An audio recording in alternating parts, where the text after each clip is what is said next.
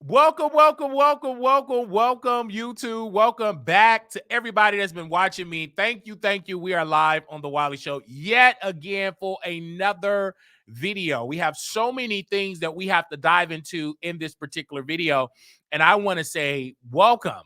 Shout out to my moderators. Shout out to the subscribers. Shout out to the people that's in the bushes. But if you want to comment, you have to be a subscriber. But we have a lot that we have to get into. We're going to get into it right now in this particular video. We're going to talk about on the docket on the first on the docket here.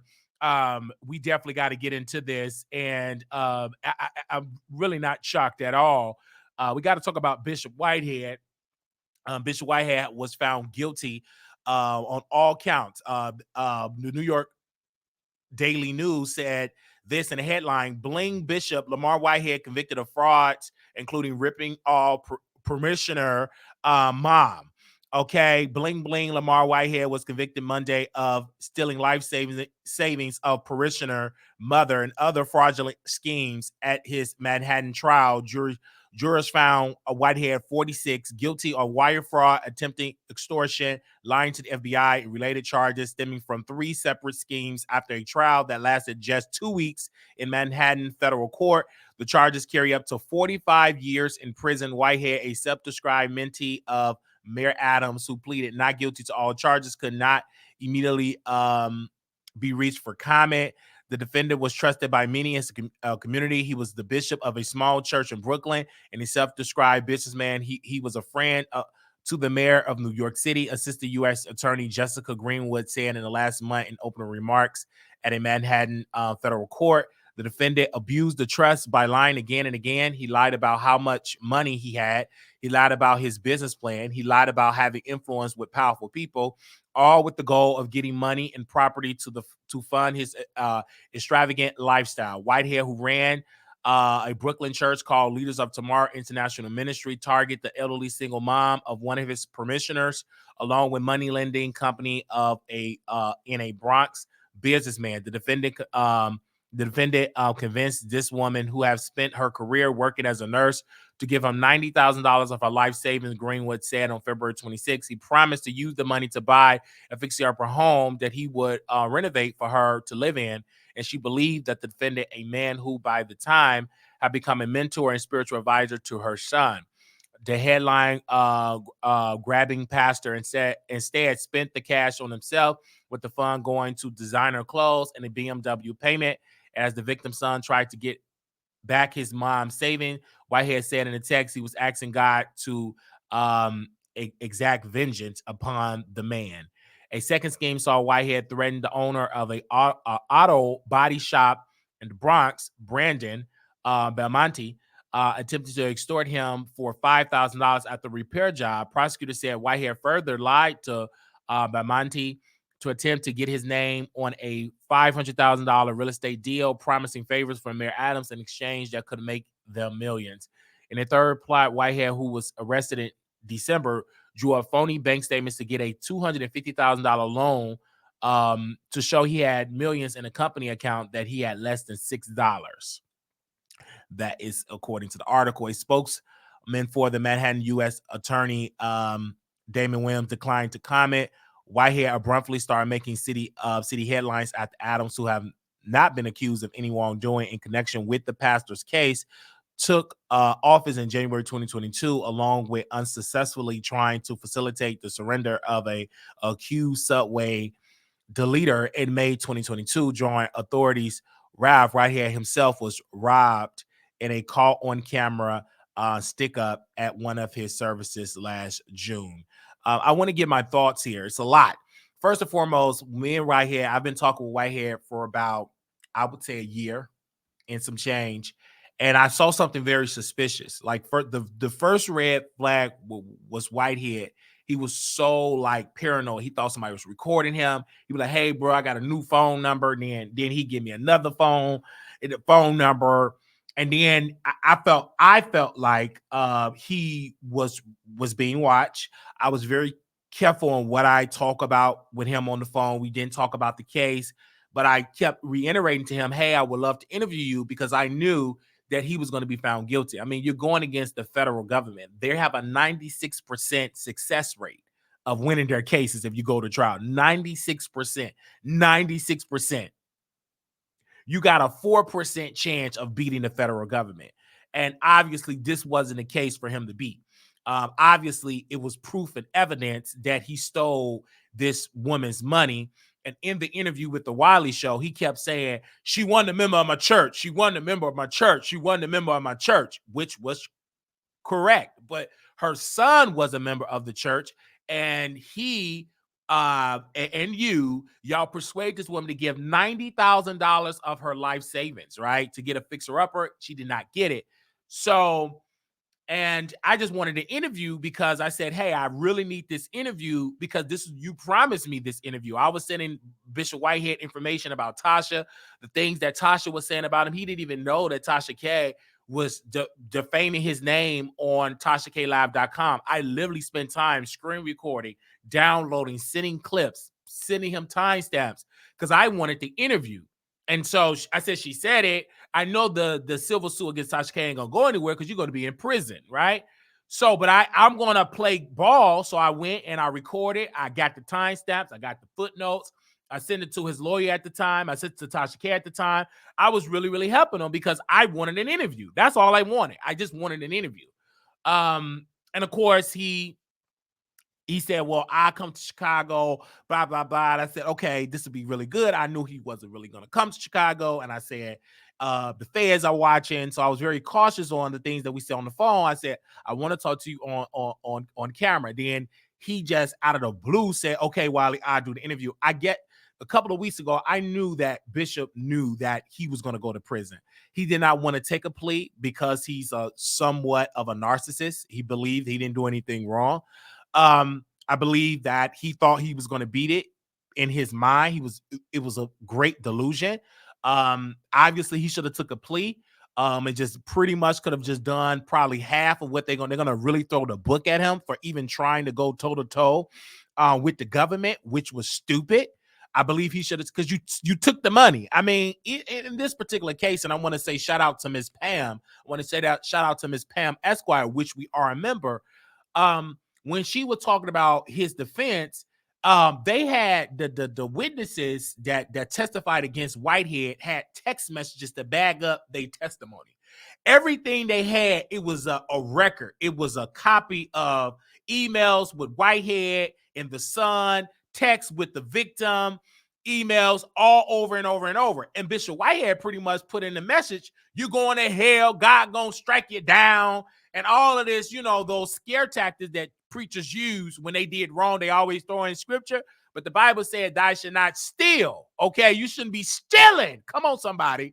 So he stole that money, and this woman needed her $90,000. Now, obviously, I believe the victim here was stupid, because why would you give a pastor to have no record of doing anything great in real estate? You gave him $90,000. She was stupid and dumb, and listen to your stupid son. And mainly people that come from Jamaica, they're easily to be influenced by pastor. They have been colonized by the British, so they're really easy to be gooped by people of authority, especially churches. Like, if you know anybody from Jamaica, anybody from Africa, they're easily to being manipulated by pastors. Even American blacks, they're just easy. They give their pastor everything. I mean, the pastor say do it, they do it, which is some type of delusion. And that's a spirit that you can't think for yourself. Now, it is okay to be of authority of your pastor, but your pastor is not a financial advisor. Your pastor is not a stockbroker. If your pastor is not that.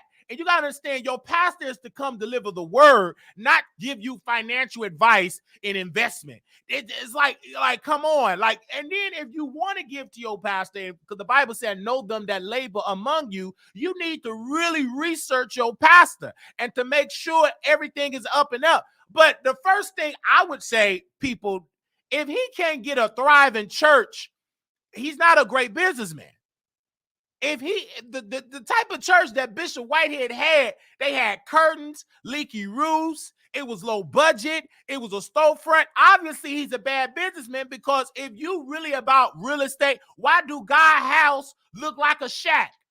Why do God house where you supposed to be preaching and pastoring and giving the word, and you supposed to be so rich, but you pulling up to a shack and you dressing Gucci? Obviously, you don't give a darn about the house of God. Come on, somebody. So I just don't understand that you as a leader, you wearing Gucci and Prada and everything else, and then you pulling up to a shack. The house of God is a shack. The people of God got to be in a low-budget building.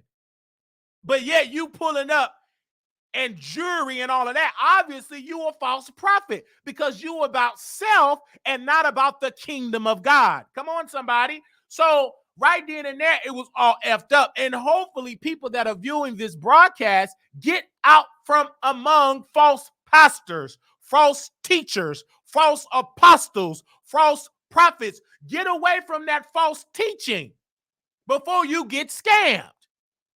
Get away from it. You'll come out better being out on the street than going to some of these false prophets. Get from among them. There's nowhere in the world that you should be looking at your pastor wearing all this expensive stuff and the house of God is in turmoil. That doesn't make any sense. Because if you have not been called by God, you are a false prophet.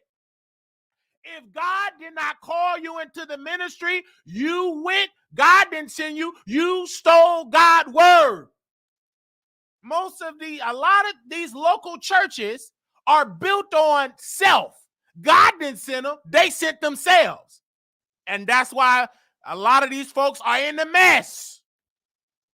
Go to a church where God called them into the ministry. And if you commit all that sin, he didn't call you. You didn't effed up. You got to repent. If in the scriptures say don't do A, B, C, and D, and your pastor's doing A, B, C, and D, he cannot be your leader because he's in sin. The only one thing that God wants the sinner to do, and that is to repent. If he didn't repent, he or she didn't repent, they are in sin, and get away from them. Because they can't tell you about the kingdom of God because they in sin. How do you know if they telling right? If they not lining up with scripture, they totally against scripture, they ain't a God preacher. God preachers line up with the word. They walk in the word. They are a follower of Christ.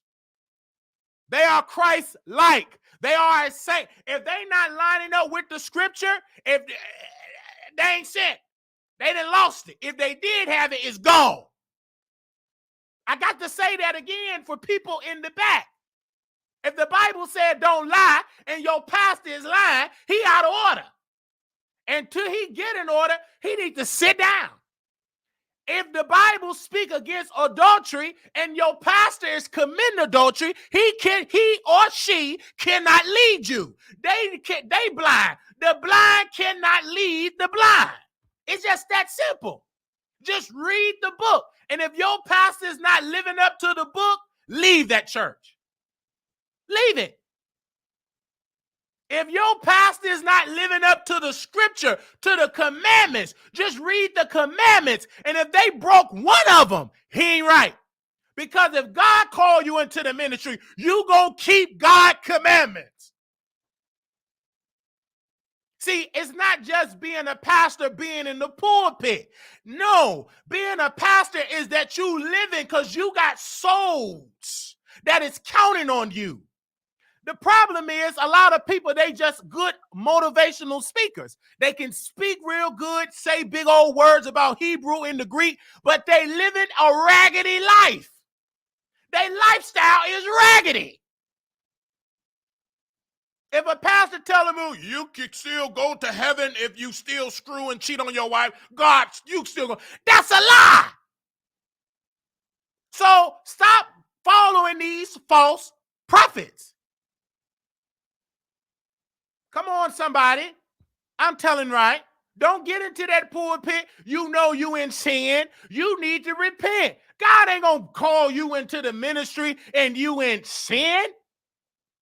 You got to work. You got to be washed. You got to be clean. You got to repent before you say, I'm in the pulpit. How can you lead the people and you wrong? There is nobody in the Bible that have led the people and been successful in sin. Anybody that had successful in the scripture had to get their life in order. Come on. Let's just keep it real. Let's just read the word. If you want to talk about the word, read it for yourself. And if you really read that word, you're going to look at your pastor. He ain't got nothing. She ain't got nothing. It's just simple. So, because some of the sins that they doing is so open.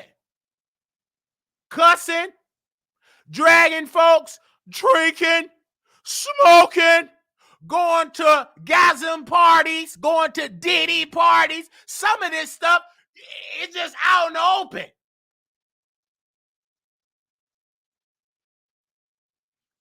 So I'm not shocked that Bishop Whitehead is going to prison because he did wrong. And there is no such thing with me even saying allegedly. He did that. He took that lady money and spent it on himself. Because when you look at the bank records, he only had about $6 in his account. Thank you, Ms. Jackson, Rhoda Jackson, for that $20 super chat. He lied. He lied. He lied. He lied. He got caught up in a lie. And what made him delusional, he knew he lied. But yet, you can't admit it because you a liar. You lied to yourself, and this is a dangerous person when you start believing your own lies. He went there with them glasses with no lenses on, sat in that courtroom, knowing you're going to lose that. Anybody with common sense say, take a plea. You did it. They had the evidence, baby. They showing up with boxes of evidence. His words and emails going back and forth where he is admitting of having the money. Did she get the house? No. Did she get the fixer-upper? No. She didn't get none of it. You took that lady money. You took it. Now you got to go to prison for decades. Now your children going to grow up without their father. All because the father wanted to be a scammer. All because the father wanted to look good and wear all them expensive brands. First of all, how dumb can you be? You black, then you trying to be the next Malcolm X, and you a thief and a robber. You ain't gonna make it. You too loud. Wearing Gucci, bling, bling, change, you going down. You too loud and you doing illegal stuff, we got you. Now his wife had family have to rebuild. Now she got to explain to the children, your father wanted to be a scammer. Now they got to grow up knowing the bling, bling bishop. That's your daddy. He out of order because a good father will not bring that embarrassment to his household. Now he got to sit in prison. Hopefully he can sit in prison and repent. Then, see, this ain't the first time that the bishop been in prison. He should have repented. Who told this man to go to the pulpit? They should have said, son, you need to repent. You don't need to be in no pulpit. You still got sin, scamming sin inside you. You trying to pimp out the people. And you pimped out the wrong one because that lady needed that $95,000 and she sued him. You pimped the wrong woman out. You scammed the wrong one. Now you got to sit in prison, eat choke sandwiches, take a shower, cold shower, leaky pipes, mold on the wall. That's where you're going to be going. No more Gucci. No more Prada socks. No more chains. No more gold rings. It's gonna be a jump shoot, and you gonna no more Bishop so and so. It's gonna be number 852-446721812252 in C block. That's about it. Now you got to protect your backside.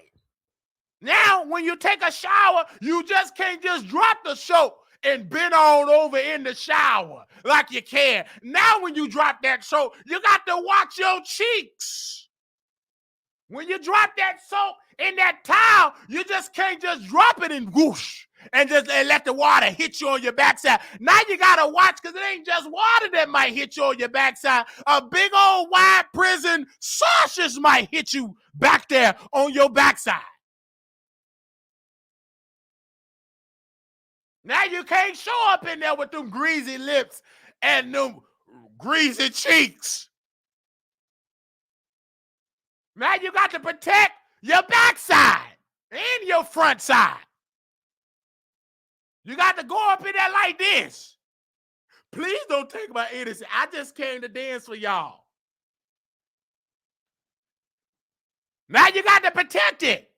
Your cheeks, your thighs, your jaw, and your mouth.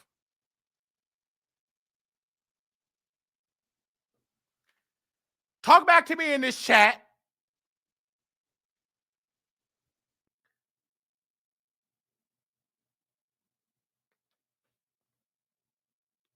Bishop Lamar Whitehead, let this be a lesson to any false prophet. You're not going to be successful. You're going to go down. You'll come out better just being in sin, but y'all want to be in the pulpit and got the audacity to say you got members. You gonna pay for that. Get up out that pulpit and repent. You a false prophet. Half of these pastors that I know, they false prophets. They still screwing each other, flirting, humping, getting women pregnant, screwing man, young boys. You got another pastor, he's screwing young boys and got the audacity to say, the reason why I got these marks on my face is because I'm losing weight. I'm on a healthy diet. But the man giving people allegedly HPV, screwing young boys, 14 Levandre, and he getting sick, skin just seeping in. You see the bones. He's screwing minors, giving them viruses, allegedly. Gave one man a virus from Trinidad, gave him HPV, and that man gave it to his girlfriend. Gave her the HPV. Now she got bumps.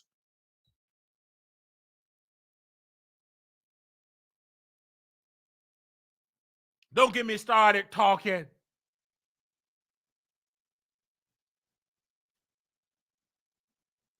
Let's move on. Give me about 2 more minutes on this. Now he posted a picture. I'm on a good old diet. Sit down. Yo, you in sin. It's affecting your body. You need to quit. You need to sit down. You did wrong. You can't be out here calling yourself a preacher, screwing young boys, think you gonna be successful. It's gonna eat up your flesh. You ain't gonna be successful screwing 14-year-olds, giving people HPV and thinking, I'm still holy. I'm still right. No, you're not righteous. You in sin.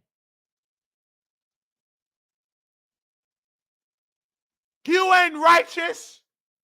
You ain't holy. Screwing young boys, giving them viruses. Having your cousin marry your lover from Trinidad. You ain't righteous. You bald-headed devil, you.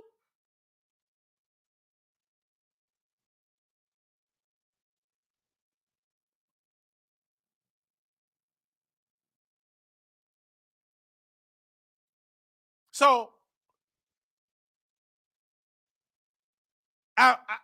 I'm very passionate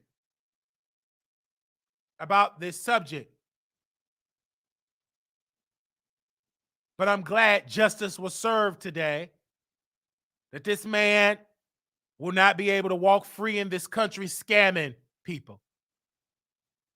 And I want to say thank you to the prosecutors for their due diligence, for bringing this criminal, and really now this criminal, this thug, will be off the streets. Let's move on to our other topic. Now we got to talk about Miss Drea. You know what? I want to say this, and we're going to get to our last topic here. Miss Drea is what I call one of the most beautiful, successful women ever. Because one thing about the woman is she's really beautiful. And she's 39 years old. She announced yesterday, about a couple of days ago, that she is pregnant. And people are saying the father is Jalen Green, a young, successful basketball player, a young man. And I believe he's about 21 years old, and he's the father. And so many people were saying that Jalen, that said Drea is a pedo, and she's not. The man is an adult. He's a grown man. He's 21 years old. He have every right to screw who he want to screw if they're an adult.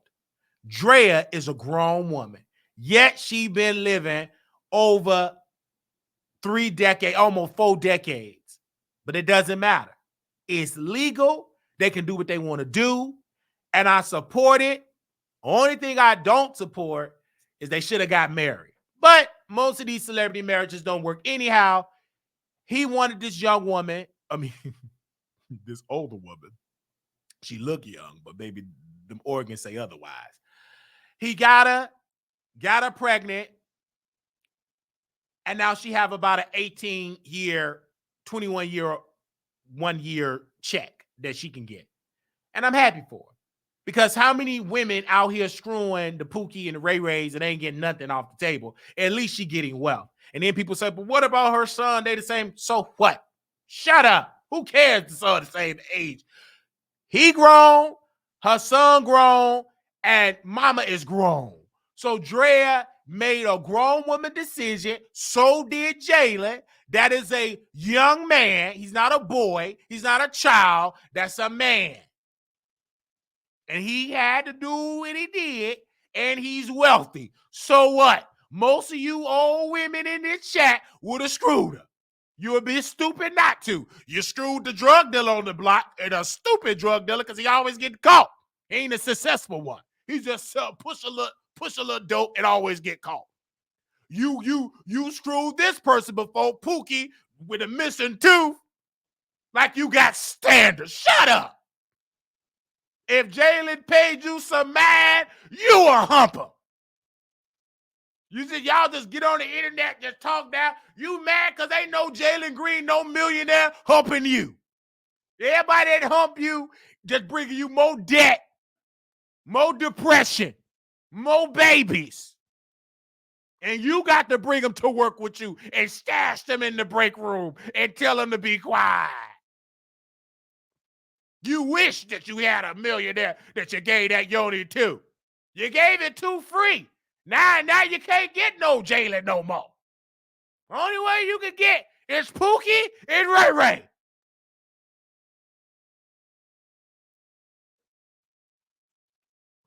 That's it. They mad at Drea. Drea, congratulations. You gave him that yoni. You got pregnant. You smart. Stop dating them people that's broke that can't bring you no bread, no butter, no bacon, no ham. Only thing they can bring you more babies and more debt. Pookie and Ray Ray, that's all you got. And you mad because she used her looks, kept in shape, didn't get all them freckles on her face, dark spots, stretch marks. She stayed physically fit. She weighed on 500 pounds, breathing heavy, dark fingernails, crust, mold, dirty finger toes, toe jam. She kept in shape. And you mad.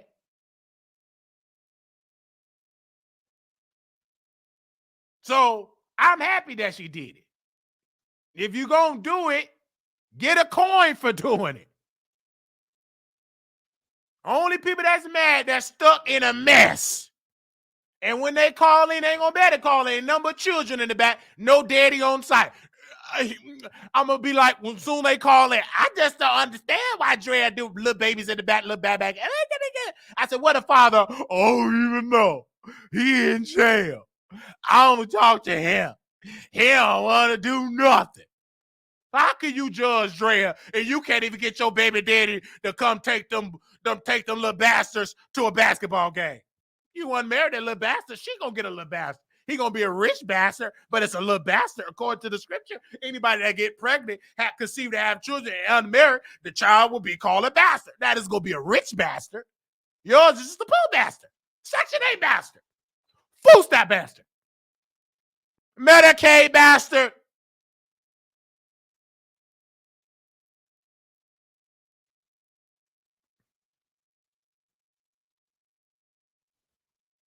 And then they will say, whoa, what conversation? You pretend like you into it. He got money. F the conversation. Some of y'all had great conversation when Pookie and Ray Ray got the draws. And what did that get you? Nothing. You'll learn to adapt. You didn't dumb. Most of y'all were doing good before you met Pookie and Ray Ray. You dumb yourself down for Pookie and Ray Ray, so don't get mad talking about what they gonna talk about. What you talk about with Pookie and Ray Ray? Chasing them down. Why don't you love me? I'm tired of you getting me pregnant and hitting me across the wash and dry. I'm tired of getting evicted. Why don't you share the half of the rent?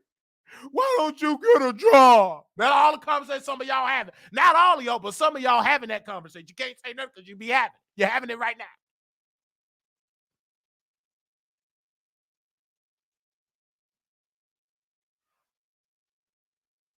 Right now, you got to work triples. Take care, baby. You don't know. The daddies with an ass don't want to do nothing. You got to do all the work. And my heart ache for you. It really do. It really ache for you.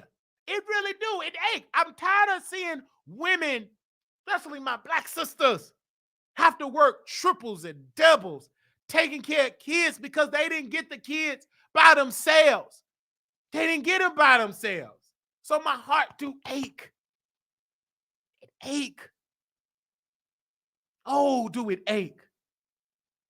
Oh, and I'm aching from a distance. And while my heart is aching, I'm thanking the Lord. Say, Lord, thank you. I ain't in that mess. Whoosh, gusha, ba, ba, ba, shut up. Yeah, it's aching. But, thank you, Jesus, for peace that I ain't got that mess. Because that's a mess. I'm so glad I ain't got that type of. Yeah, I've been some messy situations. But that, I'm glad. Because that's a type of mess that follow you for the rest of your life. And I don't want that. I'm just saying. I'm just giving my opinion. I know some of y'all ain't going to like this type of teacher. I get it. I understand. I get it. But I got to be able to be me. Correct? Okay? Now, some of y'all do got kings to let y'all watch the Wiley Show. They working really nice. They working out in the gym. They set aside you in the bed. You living nice. A house paid off, rent paid off, car paid off, and everything. You able to watch the Wiley Show free. But some of y'all ain't got that. Some of y'all ain't got that. And I understand. I talk with some of y'all on the phone. I get it. My heart do ache. It do. Oh, it ache.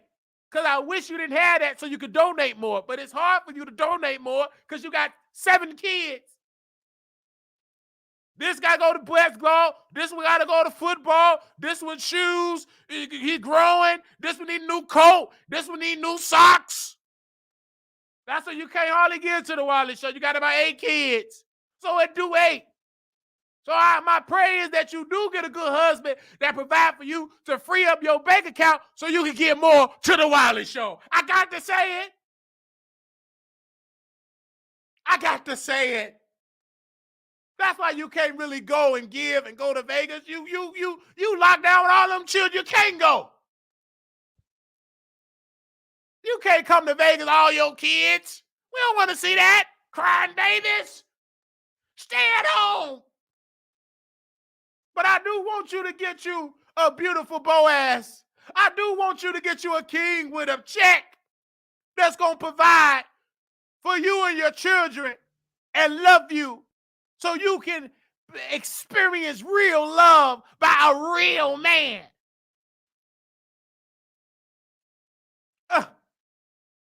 I am praying for you so you can give more. Because some of y'all had a real king with money, you'll give more to the Wiley Show, you'll be happy. You can't. You in a mess. You trying to rob Peter to pay Paul. You didn't rob Peter, you still can't pay Paul. You still owe Paul. So I get it, Drea. Get your money.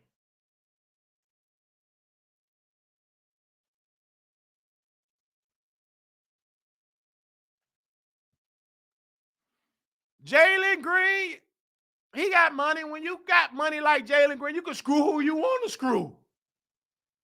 He got Jalen Green. He got money. Look how he look. Oh, you know. And I want to say this to piggyback on my on TGIF. And I did listen to Claudia. This is a half-century-old woman. She's 50 now, half-century. And she said a lot of these young men go after the woman. It's like a trophy. And she's correct. Because Claudia is a half-century woman, she looked good. She even looked better about 20 years ago. She still looked good for a half-century woman. And so she had multiple relationships. She's a baddie. You know what I'm saying? And she's always in shape. So you know that thing is nice and tight and right. But she had a lot of young men. The reason why Claudia couldn't sit and drag Drea, because there's plenty people that wanted to screw Claudia and that she had screwed that was young with money. But they ain't stay with her. Because these young men, they get it, they taste it, they screw you, they move on. They just, it's like a challenge. Once they get the draws, they gone. That's why Claudia is a half-century-old single black woman. She could tell you stories of the young successful that screwed her. They wanted her. They was fantasized about it. They got the draws, and they dumped her. And she's single right now. So that's why she couldn't drag Drea. She's a little upset that she didn't give that yoni to a 22-year-old man with money. So she would have to work hard at 50. Talk back to me in this chat. She didn't have to work hard at 50. Have to do these low-budget end jobs. Have to do about 5 shows. If she'd have gave them draws up to a wealthy man and got the bag and got pregnant, she went out to do all them TGIF, Fox Soul, going to CBS and getting pennies.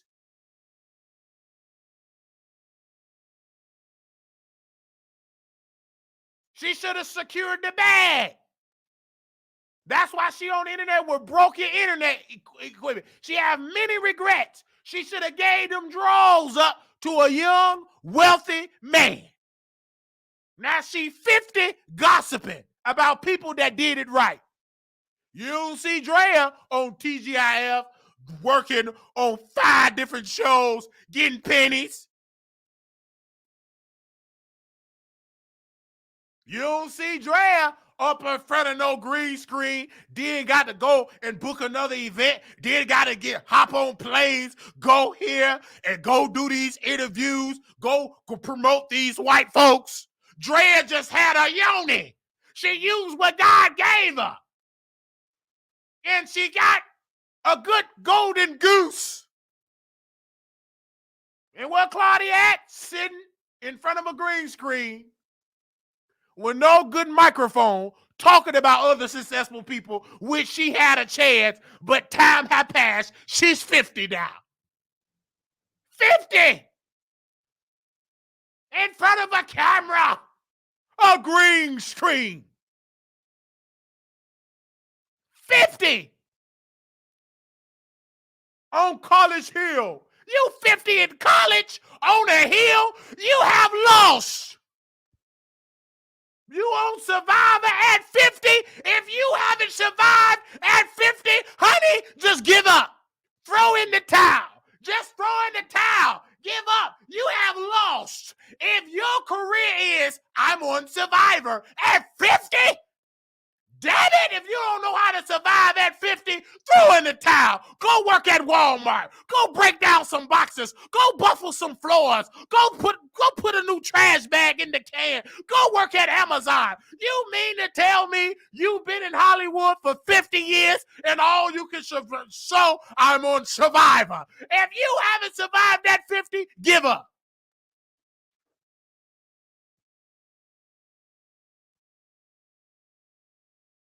Just give up. Lying demon, you 50 still lying. Put it on the screen. Oh, it's going to be tough in this chat tonight. And she's sitting there lying at 50. Liar, promising people jobs, and she just a glorified employee herself. How can you promise somebody a job? You ain't got the authority, 50-year-old woman employee. You a 50-year-old employee. You can be fired today and then replace you with a younger 50-year-old. You promising folks a job. I was going to talk to the producers. Shut up. They ain't listen to your advice. You ain't got no power. Shut up.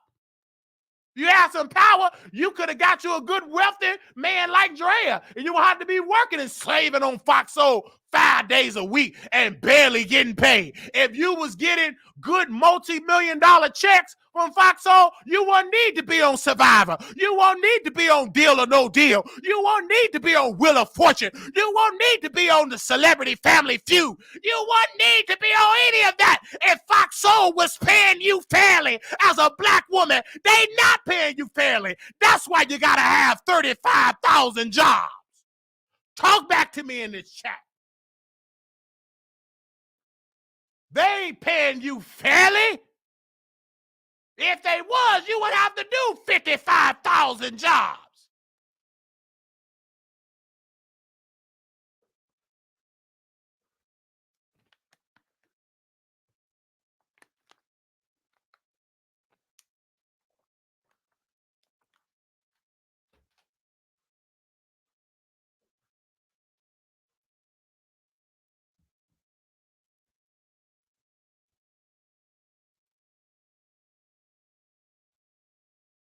All right. How y'all doing out there?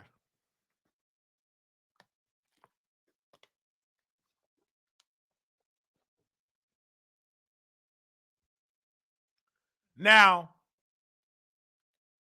we want to give our congratulations to Armon Wiggins. Everybody was hitting me up saying, are you upset? Or someone said, check on Wiley. Thank you for checking on me. I got a report for you. I feel good. I spoke life into this brother. I posted on my website that he was going to get the position. I did that because he wanted that. And his prayers were answered. And I'm glad that I spoke life into it. So officially, it was announced today that Armon Wiggins is the official co-host of TGIF. And I'm happy that we talked about it months ago. And I thank those that have been sending me messages saying, Wiley, you called it. I want to say thank you. I wanted him to get it because he's deserving of it. He moved to California, got veneers, put his body at risk, and he got the position. And I'm happy for him. I'm so happy for my brother. Is I'm going to sit here and kiss his butt every episode? No. Absolutely not.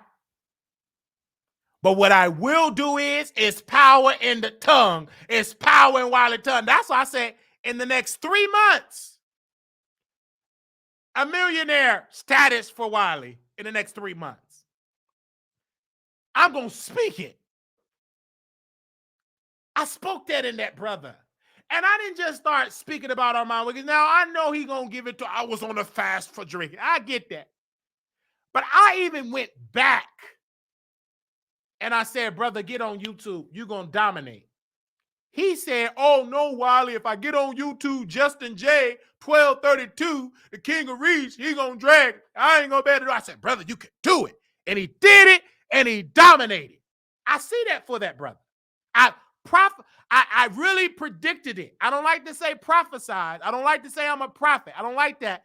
But I know I predicted it. I spoke life into that. I would give it to, I was a motivational speaker. Now I got to continue to motivate me. All right? And I'm so happy that he got it, you guys.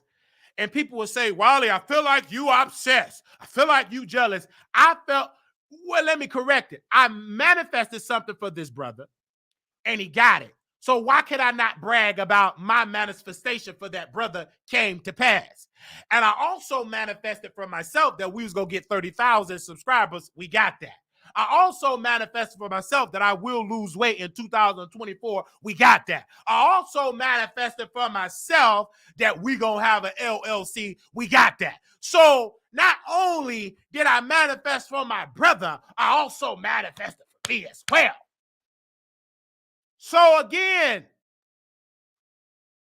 don't take me being passionate about me talking about Armon Wiggins, get it twisted up with jealousy.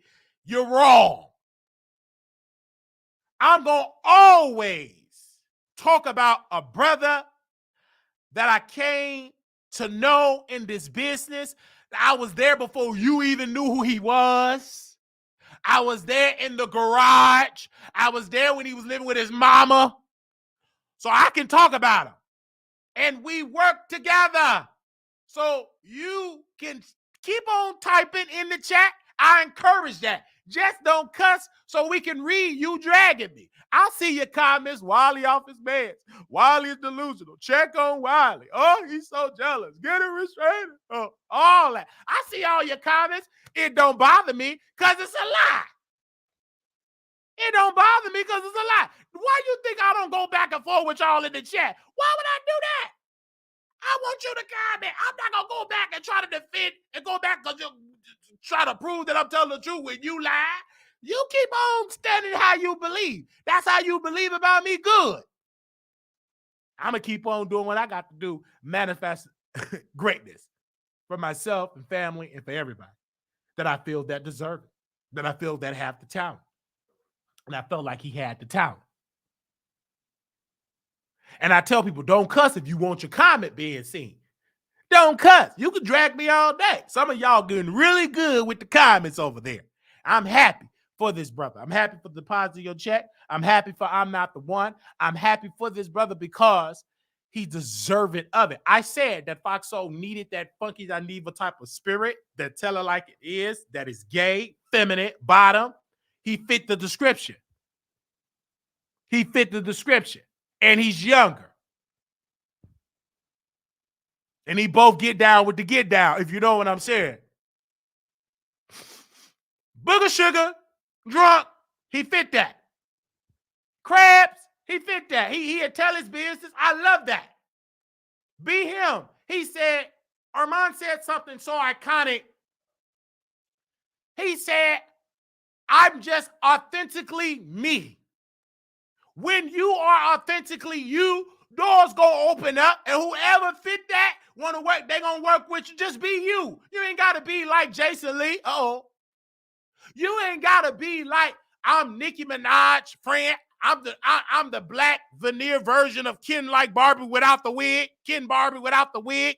No, be Armon Wiggins. There's nobody like Armon. Don't nobody wear a cap like Armon. Don't nobody talk with them horse teeth veneers like Armon. Be you. There's only one you. Be you. Be you.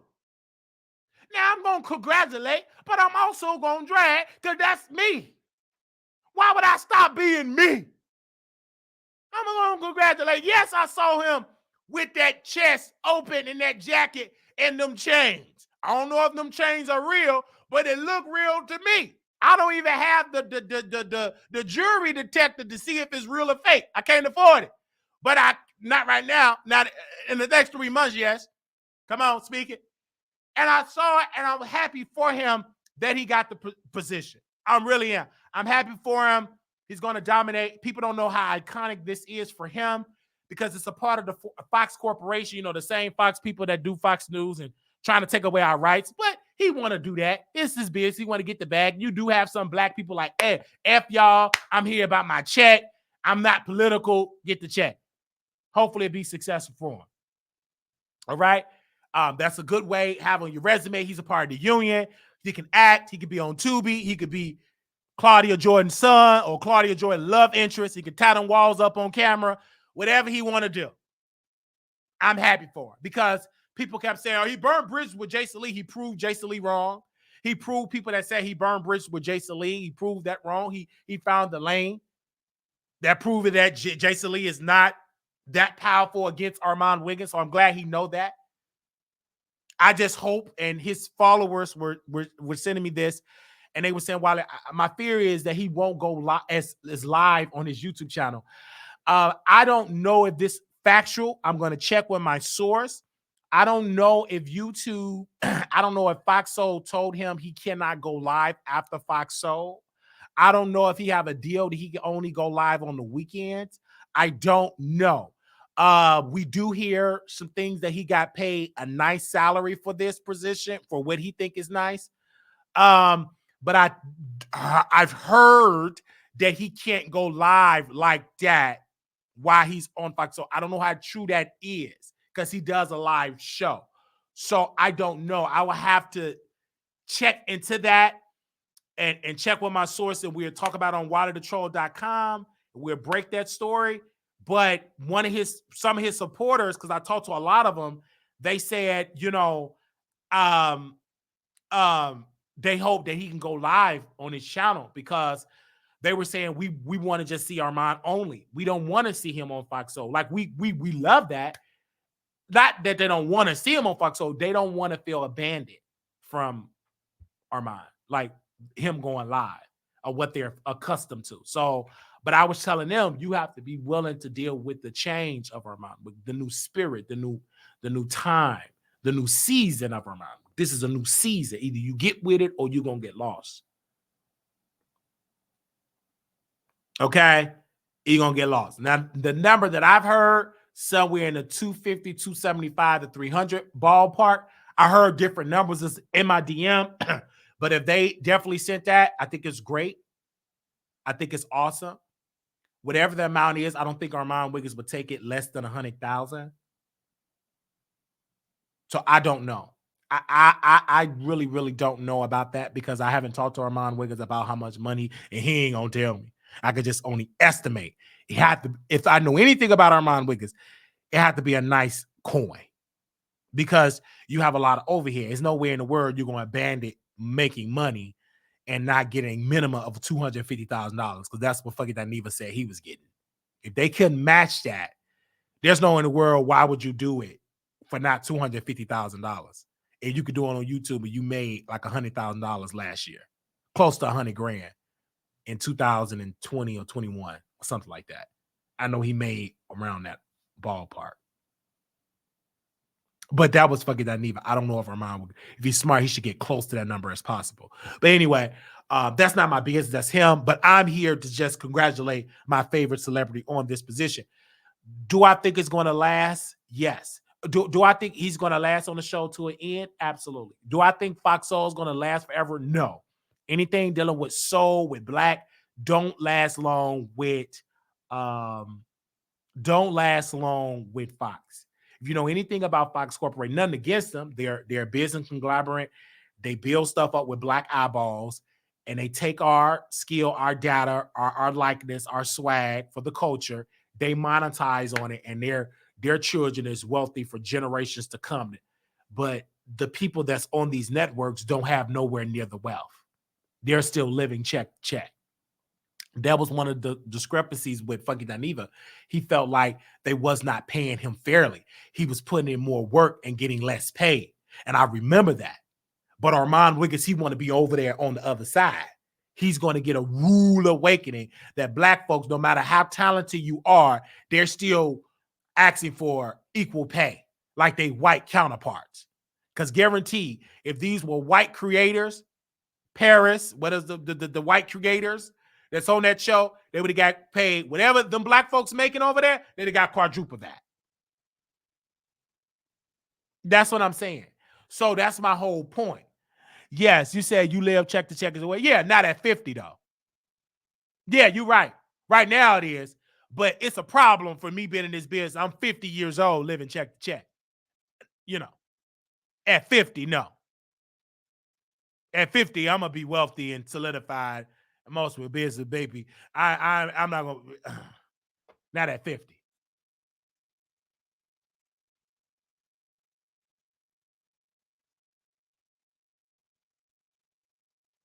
But Fox, they have a tendency of finessing people. Oh, this is Fox Corporation. Oh, this is a mass fund. What about the check?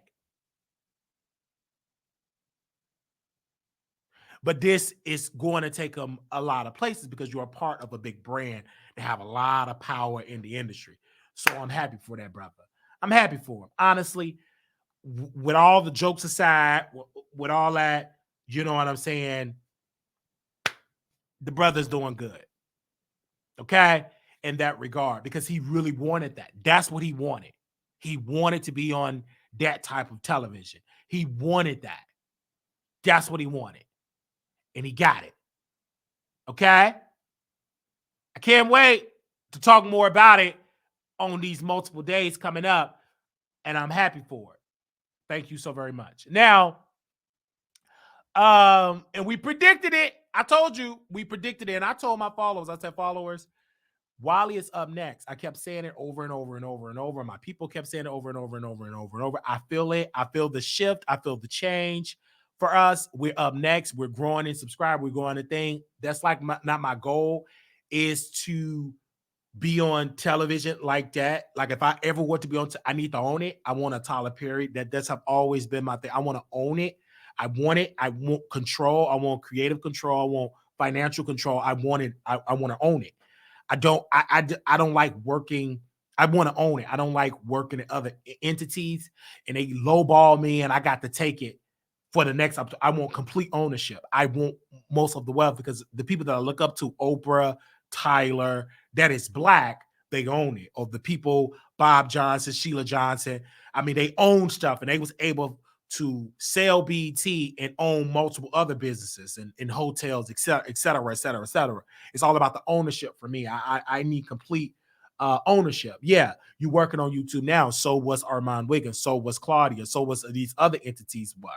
You know, you have to start out somewhere. Some of your great iconic forces that's in Hollywood, Issa Rae, started on YouTube. So don't look at YouTube as being, oh my gosh, or baby, YouTube is a power player in this industry. YouTube, Facebook, Snapchat, that's the future of media right now.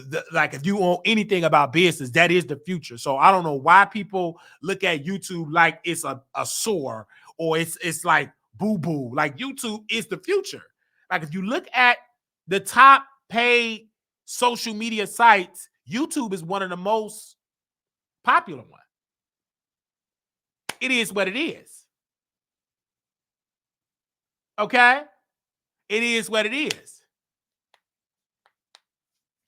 All right. Well, where is that? You know. Yeah, and YouTubers are the new celebrities now. I get what you're saying, Paris, respectfully. It's like no, because sometimes you still work for self on different type of situations. Even if you own a television, we don't own the FCC. that's still a white conglomerate, to be honest. If you want to be if you want to just break it down, do we own a satellite as a black person?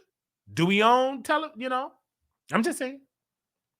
So it's nothing wrong with that, but complete ownership, get as much as possible. And shout out to people that developing apps, that started on YouTube, developing apps and starting their own thing. I think it's incredible.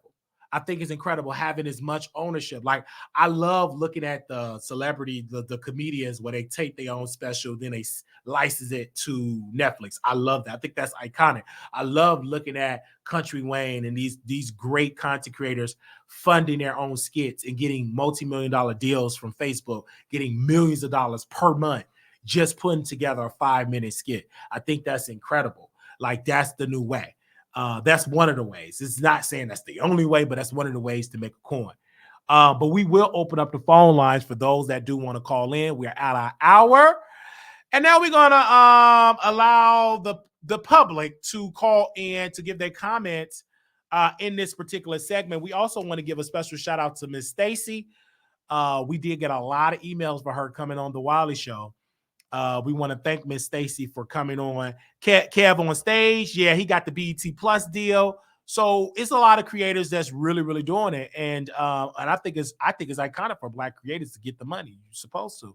I mean, most of our people is making social media where it is today, and I'm talking about Black people. So why not Black creators be on the forefront of getting the big payday? I'm going to put the number on the screen here: 972-674-9462. 972-674-9462, 972-674-9462. For those that do want to call in, for those that want to contribute to the Wiley Show, the Cash App $ Marquise Wiley 28, Zelle WileyShow@gmail.com. For those that do want to contribute to the show, definitely just. Okay, we are live. Hello, you live on the Wiley. Oh, hello, you live on the Wiley Show. What up, Icon from New York? Hey, Wiley. I just want to say thank you so much for going live. I was a little bored. I was over on the other app, but you came live, so I left that app to come over to you. But I do want to say this. Being from New York, and I am an icon, Mr. Whitehead, because I'm not calling him Bishop, you shamed New York. How dare you? And then you didn't take the plea deal. Deep down in your soul, you knew you were guilty. They're not going to go light on you, Mr. Whitehead. And plus, that daggone Larry Reed knew something, and now you look a fool. Absolutely. To Larry Reed. Absolutely. And Larry, the son called Larry Reed. The son, the woman and the son. Larry is, we all know he a pedo, allegedly, but he's still connected in the church media space. I called him the church TMZ. Like, he is the TMZ of the church sector. There is no one come. You remember when he said the FBI called him? And they did. They did. The FBI called him, and he said the FBI name, because he's gay too. So, gay folks, when we get tea, we got to spread it. Yeah, girl, the FBI agent so-and-so, and the agent of that special agent, he stopped calling them because Larry started going live. Gay folks can't keep it in. Like, they can't keep a secret like that. Especially feminine, like, there's no way. Girl, the FBI, and you got a platform? Oh, baby, that's you're going to tell the world. And he played the recording, right? He did. Or he read the voicemail or something, like he talked about it. Yeah, he gave a description and gave the special agent name. But I want to say, I mean, it's sad. Like, Nature Boy got life plus 10 years. Now this beautiful Black king, Mr. Whitehead. Like, oh my God! Like, what are we doing? We as a community. We as Black people, we have to do better. Oh yeah, absolutely. We have to be and do better, man. Woo. It's really sad because But can I say something before you say something, Wally? Listen, guys, I'm not stopping the hustlers, the scammers. If you're gonna scam, if you're gonna hustle, do it right, do it correctly, guys. Because the scammer wasn't scamming in because he got caught.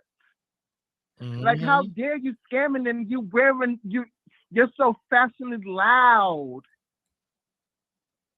Of course, all eyes are going to be on you. You got what I'm saying?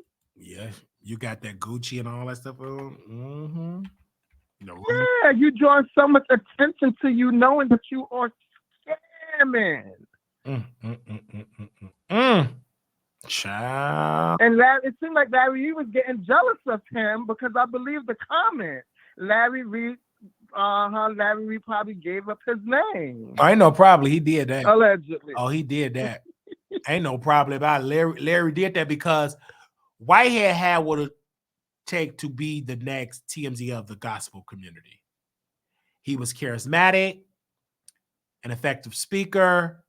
He was more attractive than Larry Reed, and he was more masculine.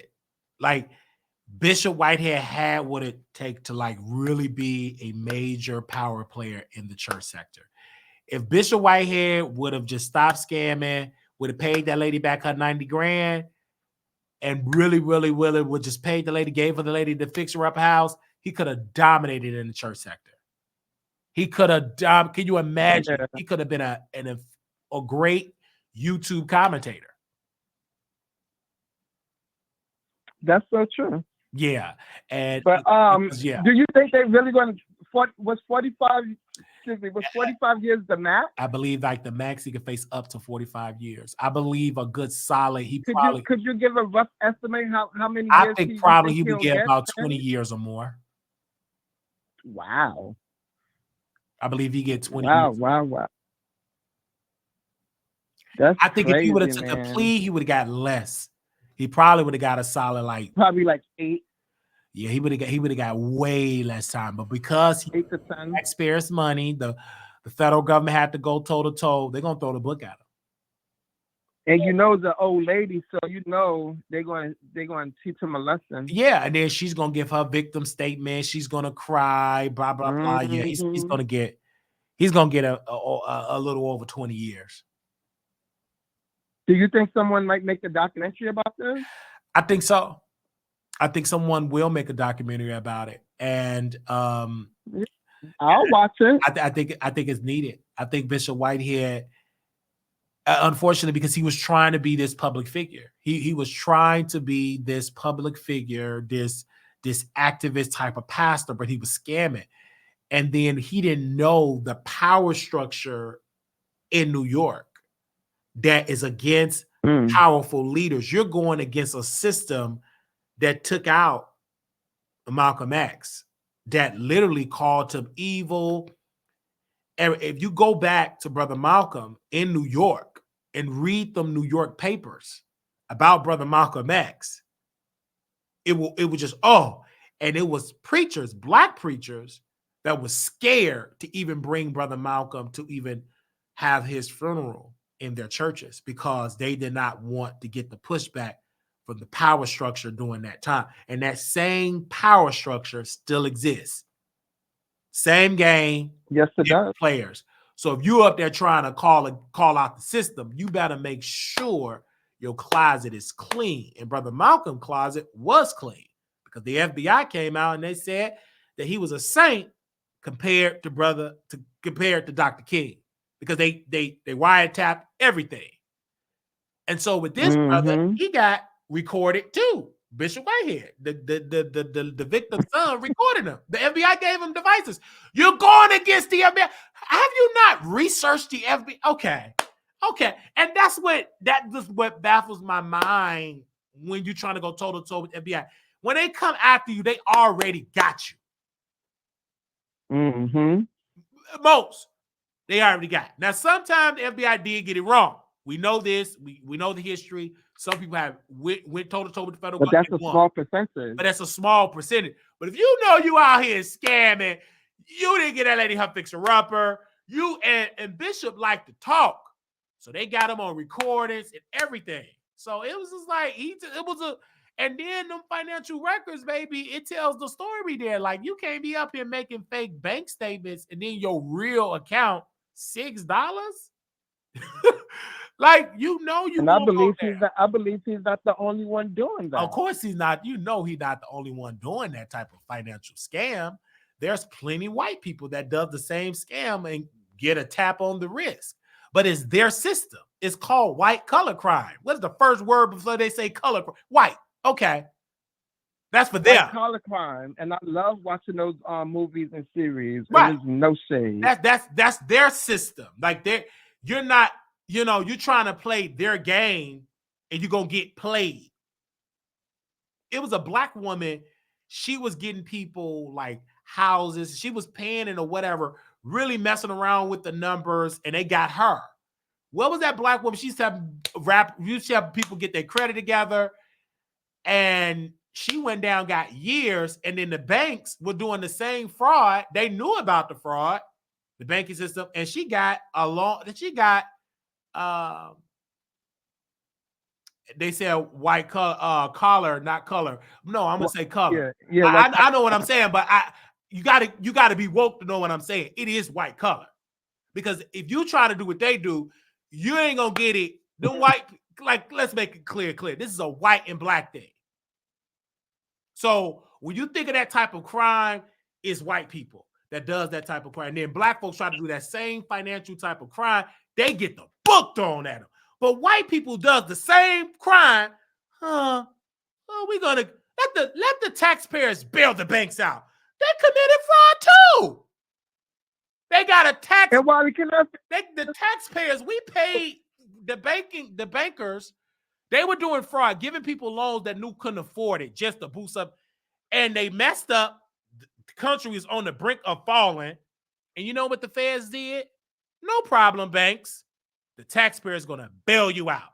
But if you black, you going down. If you like Bishop, to be technical, Bishop Whitehead didn't do nothing different than what some of these payday loans, some of these other people, these corporation does to folks, and they get a slap on the wrist if they get a slap at all. But go ahead, Icon. And Wally, don't forget, because I just rewatched the series today on Netflix. You remember Anna? Oh yeah, Anna Dolby. Yeah, the one that she had the billionaire father, and she had her friend use her company card, and the friend, the American Express, Express, like that one. And you see how she was able to get away from that scam for so. Can you think a black woman? She almost got away. Almost, yeah, she almost got away.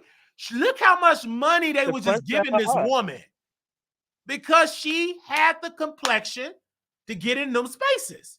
You think they would have had She had the complexion, she had the attitude, she had the fashion. Yes, she played the game. She knew how to talk that, and they were just giving this woman money. They was giving. But if it was the color folks, you know, they would dig. Even if you qualify, if you try to go in them same bankers, you still get denied. And you qualify. You got the credit, you got the capital, you got the collateral, you got everything. You still get rejected. This woman, they had nothing. She had a great story. She talked good, looked good, and she was scamming hotels. She was scamming everybody. And the gag is one of her friends found the passport and noticed that wasn't her name. Yeah. And she was able to goop all those so-called smart people that supposed to be so smart, and she was big people at that, top of the line people. Yeah, top of the line people. But because she looked like, oh, this is my daughter. This could be my daughter, my sister. Oh, we're gonna get, man, if there's a black woman, young, do all that, deny. I said no. So it's when Bishop Whitehead went down for this. He's not the first black person to go down for fraud. He won't be the last. And he won't be the last. He will not be the last. And that's why that's why Larry Reed, he always said, well, I don't do fraud, I'm going to sue. But you may not be doing fraud, but you are defrauding people because you're telling them that you're living right and you're not living right. And now you just changing scripture up. You're living a raggedy life. Even people that's in the LGBT community know Larry Reed living a raggedy life. I know some gay people that say, I ain't going to that church. Ain't no way in the world I'm going to that church.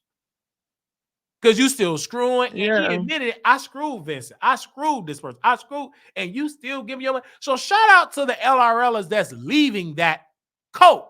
That dookie coat. Shout out to the people that woke up and leave. Come over here to the Wiley Show. Yes. It was a sister. She said, we accept you over here. Right. We'll welcome you. She said, I left that coat. Open arms. Left. It was an older, because his audience, older Black woman. And one day she woke up and she unsubscribed and she left. That's his target base. Older Black woman, single, don't have a husband. You get gooped. Like this woman. She didn't have a husband. She was single. You was able to get gooped. You know what I'm saying? Mm-hmm. I just like, and I watched one of his videos that he did, and I pay attention to detail. This is Larry Reed I'm talking about. And he said that he got all these gifts, all these birthday gifts. So he was opening his birthday gifts, right? Mm-hmm. Come to find out, he purchased those gifts. Yes. 98% of those gifts he purchased. Yeah. So he made it seem like, oh, people sent me gifts. You purchased those gifts, and then you unboxed them, acting like you received gifts. It's a part of the scam, like, that was so fake. Just like when them credit repair people, it's this dude, right? He's a very attractive guy. And he look good. But he'll be up in the DM. Hey, while you get your credit together, this was like a $1,200 special, but for you, it's $500. It's a scam. If it's too good to be true, where's all your success stories? Where's the real ones? Exactly. So I just don't understand that. Like, these people are easily be gooped. And they're usually like gooping and groping single, obese Black women. That's their target base. Most of them ain't getting it in at home. They just look at the people that's getting scammed and gooped. Obese. There's a lot of them. Big old arms, big backs. Low self-esteem. Low self-esteem. Just watch the people when they go live. Look at them. No husband, no leaders, no head of household. It's just them, and they getting gooped. Unattractive. Diabetes, high blood pressure. Not diabetes. They got some diabetes, they got it. So, and they getting gooped. And I'm looking at these people, and I tell them, they be on Facebook. One of my friends, they said, Wiley, you really can get into the ministry and you could be effective. I said, yeah, I'll be wrong, though. He said, what you mean? I will be wrong. It's this preacher, Pastor Anderson, Tom Anderson. He got a relationship. This is why they don't like the Wiley Show. He got in a relationship with this other dude. I'm about to spill some tea here. This is all in Atlanta. Okay. Let me make sure I get their names right. So I started spilling some tea. So Pastor Tom Anderson, he was in a relationship with Jordan Spills. He's supposed to be a preacher. So Pastor Tom said, I'm going to reopen my church. So he reopened his church.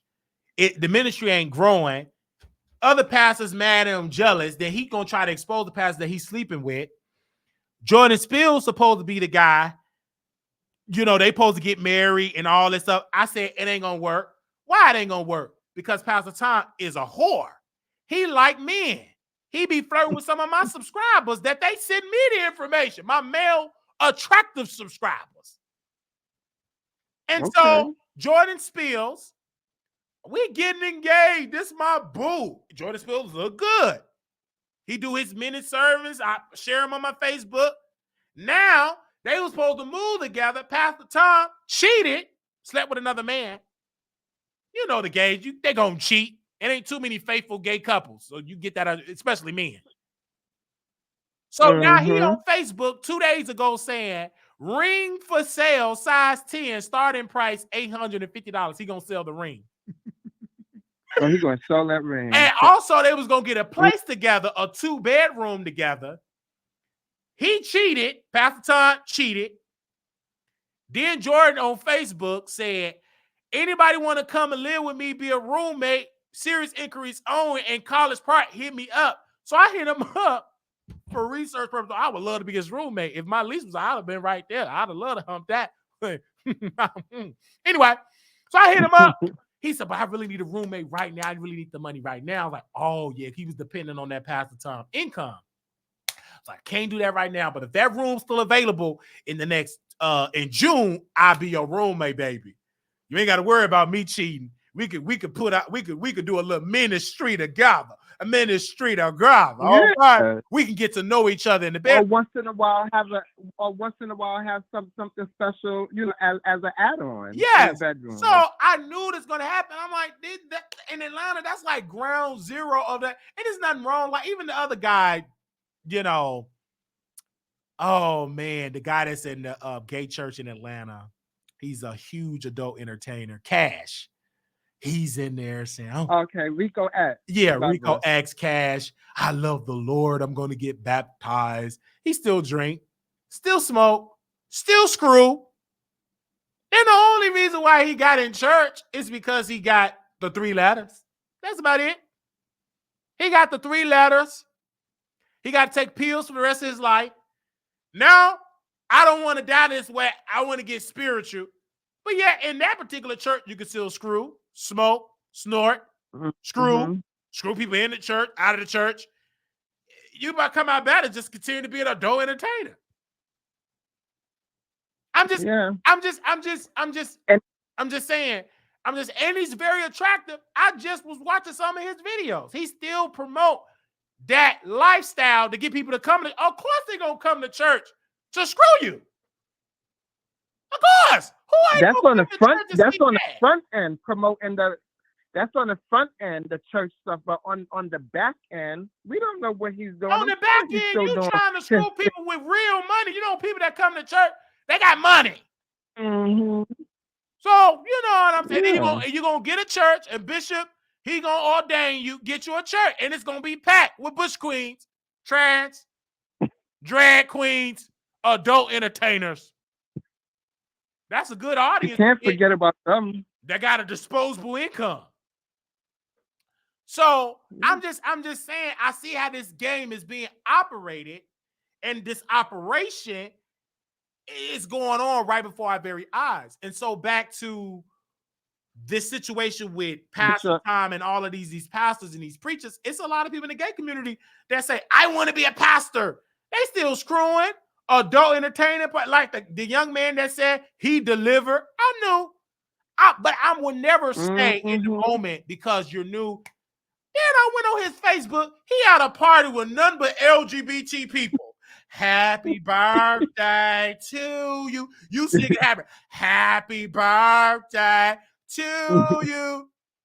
And then who, Andre? You know what I'm saying? And then after the party, drop it low, girl. They dropping it low. They screwing. What? They smoking. If you said you delivered, this is how I can know you truly delivered.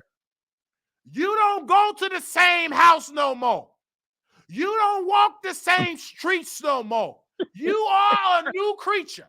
You can't say, God deliver me from being gay, and all you singing happy birthday in front of gay folks. No.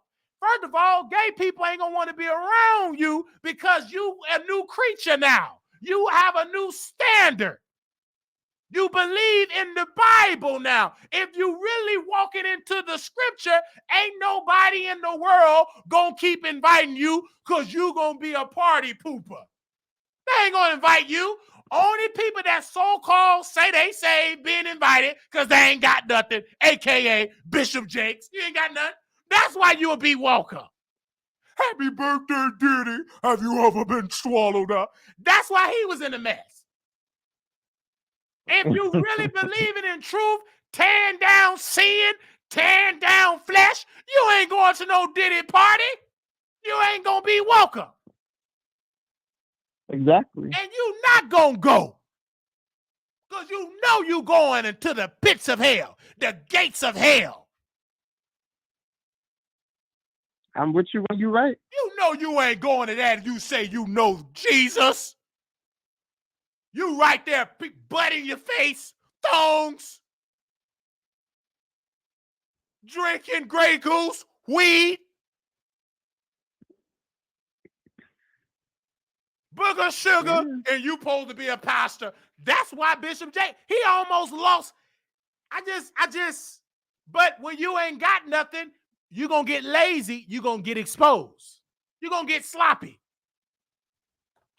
You thought you were so powerful, went there, and now Bishop Jake's getting dragged. He can't even say, have you ever been swallowed up? He can't even say, have you ever? He can't even say that no more.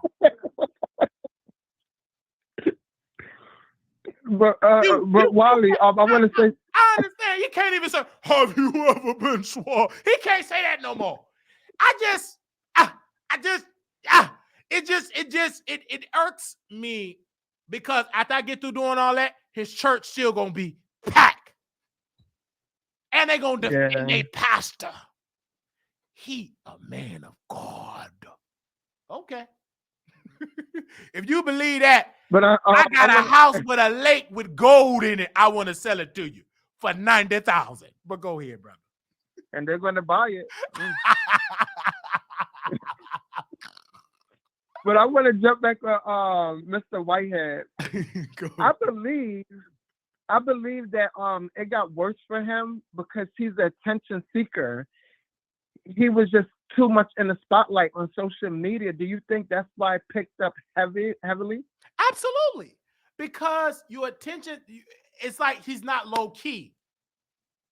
You got to be low key when you're doing stuff like that, right? Right. And he was really scammed. He was trying to be, if he would have just stayed in the ministry and people just giving $90,000 as tithe and offering, that ain't a scam. That's pretty much basic business of a church.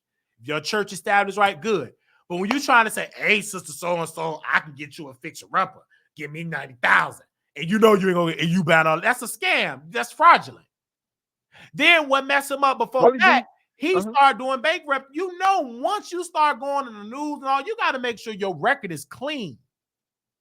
Exactly, because people are going to be digging.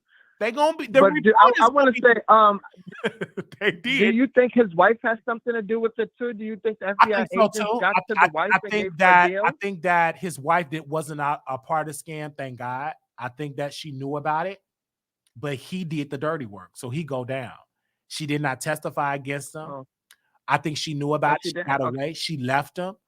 Most women, she ran off before because she knew it was coming down. She knew it was coming. She knew it was coming. But she's just as evil because he did it and you knew about it. And now she just got to deal with the embarrassment of your husband went down for scamming.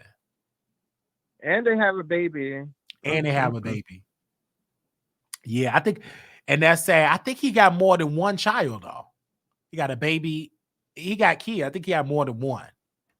And that's sad because now that mother gonna have to walk and literally go and do her job and be a single mother and may have to get food stamps. Wasn't he locked up before and he fought it? Like he was locked up before, and I don't think necessarily that he fought. I think he served his time. I think he the same. Yeah, I can't verify that because Bishop always say he be fights. You got to verify he's a known liar. So I don't know that particular case, but I do know he went to prison. And let's just say he did fight it. Why would you go back knowing that you a target? That means you didn't learn your lesson. And it's just like he did it. He just did too much scamming. Like he just did. You could scam so much and it's just over. Like, and then he took somebody's church, tricked them out of their church. I mean, in Brooklyn, I heard. Yeah, it was just like he just did a lot of scamming stuff. Took the church and tried to preach in the church. Took the people church. Because they trust and then he's flat, got money, big money. So people probably scared, to because he talk got up on that because facade and he really don't have that. He couldn't even afford exactly, a but they legal defense at team. times. Yeah. Mm-hmm. But yeah, can I jump on I jump on this TGIF? Oh yeah. Go ahead. So yes, the Wiley Show was right. Hashtag the Wiley the troll.com, WileyTheTroll.com. You announced that this Armon Wiggins person was the official host. Absolutely. And I applaud you for that because you keep it real. Like you told the street before the street knew. Absolutely. So yeah, I also want to say this. I tuned in. Unfortunately, I gave them a click in the view, but it was just for a short period of second. I just want to say, Claudia, my darling, I know you're in the bushes. Please drop down. The look today was not given. The face was not facing. The hair was not hearing. The dress was not dressing. Your overall look was a 2. Like, she looked horrible today. Did she do her own? Okay. Well, she don't have a man to tell her that, though. She looked horrible today. She didn't have a man, and Claudia I believe she's overworked. And I'm not coming for women. I'm just keeping it a buck. But she come for me. So yes, I am coming for a woman, and I'm coming for Claudia Jordan, Sister Jordan. That's a mother. She's an elder, but she made some very bad mistakes. She's 50 years old, still got to work like she's in her 20s, and she's not being paid fairly, and she's depressed. She couldn't go out like Funky Dineva and leave because she have no other talent to do it on her own. Funky Dineva always had, he could do drag shows for the rest of his life and make money. He could go in ballroom and try to do, and pretty much could dominate in ballroom. He could do so much. He could put on wigs. He could be a woman impersonator for the rest of his life and make a nice piece of change. Claudia have to work in the Hollywood system, and she knows she cannot say they're not paying me fairly or they're gonna whiteball her, because we love saying blackball. There's no powerful black people like that in the industry like that unless you Oprah Winfrey or in Tyler Perry. But she don't want to be whiteballed, so she just take it. Because fucking Dineva said he did not like to work all these extra days and the check is not growing.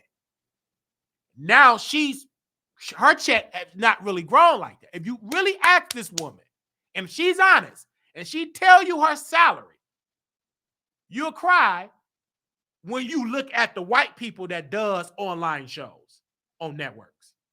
You will cry. So even when she took off for a week, she was on the Breakfast Club, right? Yes. Still promoting other stuff. She didn't get the Breakfast Club position because the Breakfast Club would have paid her more. That's why she wanted it.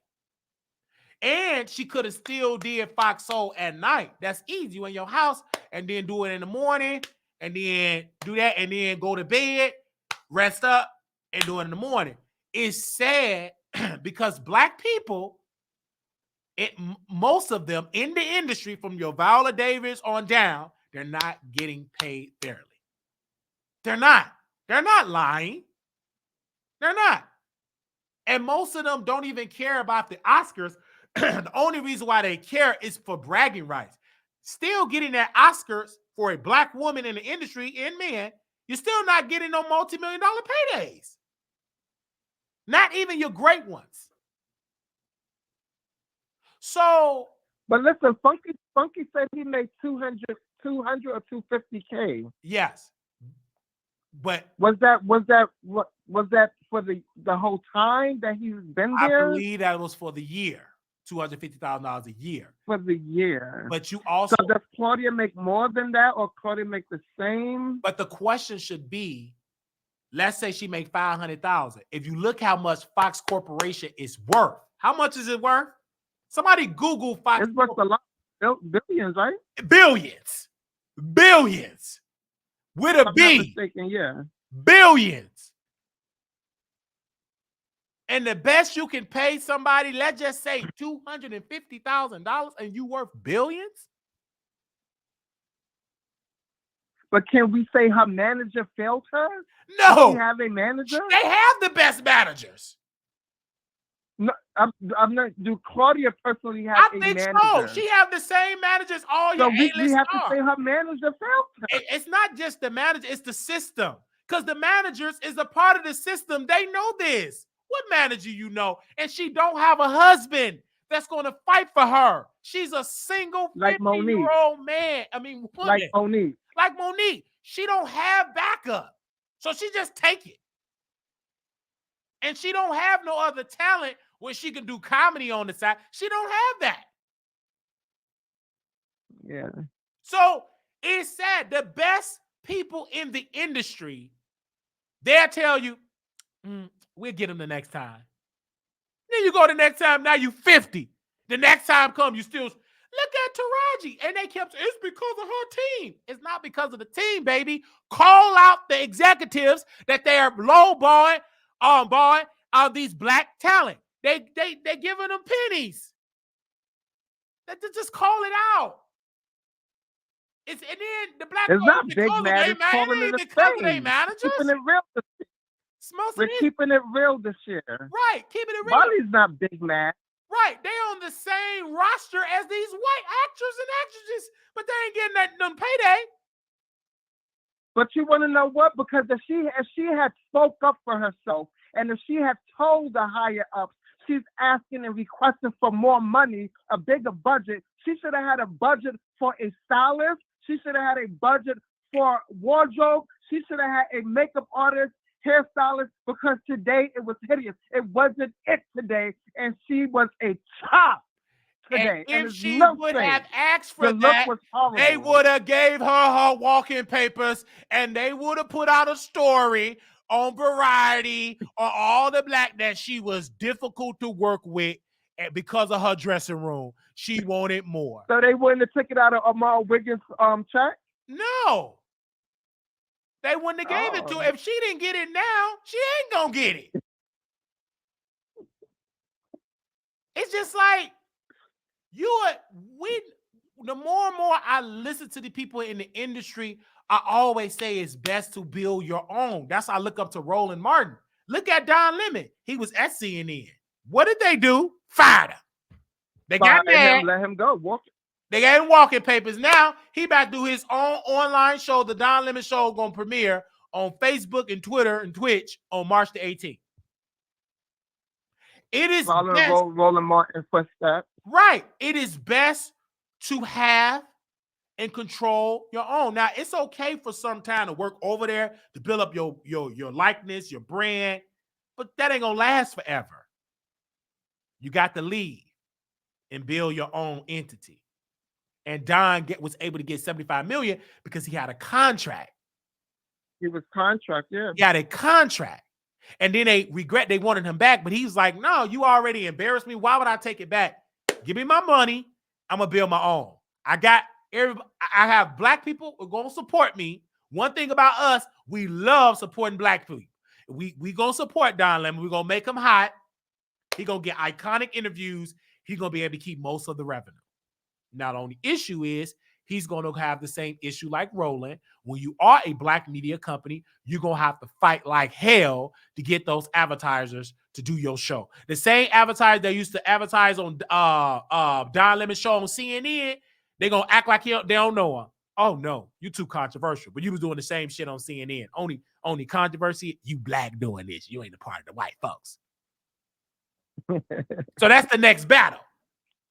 Now, only people that don't know, you don't own your own media company. So it's foreign to you. But once you own your own media company, you go to Pepsi and you go to all these people that go to these black targeted networks, Breakfast Club, black targeted, it's not black owned. You go there as a black media company. Oh, Wiley. Sorry, check back next quarter. Next quarter, nope. Only thing you're going to be having, meetings. It's hard. It's hard for black media companies to survive because they're not getting the equal share of the ad dollars. And you guys been saying it for a long time. Yes, And that's it's time why. for change. That's why we always call them out, like President Biden and the DNC, the DCCC, because they said it's going to be a close to $3 billion that's going to be spent in this election cycle. How much of those billions will go towards Black-owned media? Not Black-targeted media, Fox Soul. I'm talking about Black-owned. Roland Martin, The Wiley Show, Don Lemon, Unwind with Tasha K. I'm talking about Black-owned. And if they start giving us deals, giving us three for the Wiley Show, let's just say, let's put a number out. Okay, Wiley, I want you to run some ads of Biden. We're going to give you $400,000. Do you know how much I can do with $400,000? How I can grow this platform with $400,000? A lot. So that would be amazing. You can really work it. And let's just not, because they will give it to a white brand with the same type of numbers I'm giving, and they able to really grow. But for us, we have to fight like hell. They come to Black-owned media, but they come to Black-owned media at the end. When at the last minute, they give us crumbs. Okay, we got a little money. We have to spend it, so let's give it to the Black. Let them fight over this piece of crumb. Yeah. So, but Wiley, so we had to break that down for Claudia. Sorry, Claudia, that we had to drag you because yes, but I'm going to drag you. But I'm dragging Fox Soul. They should have her makeup artist, hairstylist, personal stylist. That should be in her contract. You're the only female on there, She's so you should be late female. all she should have the time. Every episode, she should have it. The best equipment. They treat her like a slave because that's them. They ain't gonna change. And I'm calling them out about it. Just like she on the field, they ain't even dressing her up nice. It's sad. Her equipment is bad. Only reason why Armon Wiggins got the best equipment, not because of Fox Soul, is because he purchased and built his platform from the ground up. He didn't get it from the white folks. He got it from the Black people. Black people funded him, and he was able to have great equipment. It's sad that Claudia looked like that with that bad equipment, and she 50. Been in this industry since before Armon Wiggins went to elementary school. Claudia was in the industry. Yeah. And still working hard. I didn't want to just speak on Claudia. I want to speak on Armon Wiggins as well. Speak on her. Armon Wiggins, I know you're in the bushes. Please drop down and face us face to face, darling, because you're another one. You think you're a fab. You think you're the it girl. You think you're a diva. No, baby, we don't see it. And for one, we the people are sick of that color blazer. We're calling for a new color, a new cut, darling. We're sick of that blazer. You've been wearing it since the Tory Lanez trial, and we the people are sick of seeing that blazer. Get it together. You're in the public eye, baby, and we see it. So you're saying he need a stylist as well? He needs one as well. Yes, if I were to do it, give me a stylist. You know what I'm saying? But because when the money come in the next 3 months, of course, stylist, production team, definitely a stylist, a barber on call, a chef. I need to be comfortable, a masseuse. I want to be comfortable because I'm entertaining, so I need all that. I remember Bernie Mac. Yeah, because all of that, but Wiley, all of this is a tax write-off. Like, absolutely. Are you kidding me? The company knows right. You need all that. To do this write-off. Definitely a blazer. Yeah, multiple colors. Give me a colors. Yeah, like come on. Blazers and turtlenecks. And you don't need that much. You're wearing it since the Tory Lanez trial, child. Only thing you need is good eyewear and just a top. They don't see you could be in your drawers or your bottom because it's not like they're in a studio. They're in their Exactly. home. You're sitting down for an You're hour. just sitting down. So you need the up part. So I get you on that. And you're right. You are so right about that. Ever since the Tory Lanez trial, him and Millie were the same color. You remember that they said wasn't planned. Yeah, it was, and then they admitted and said it was planned. And they sit there and they lied.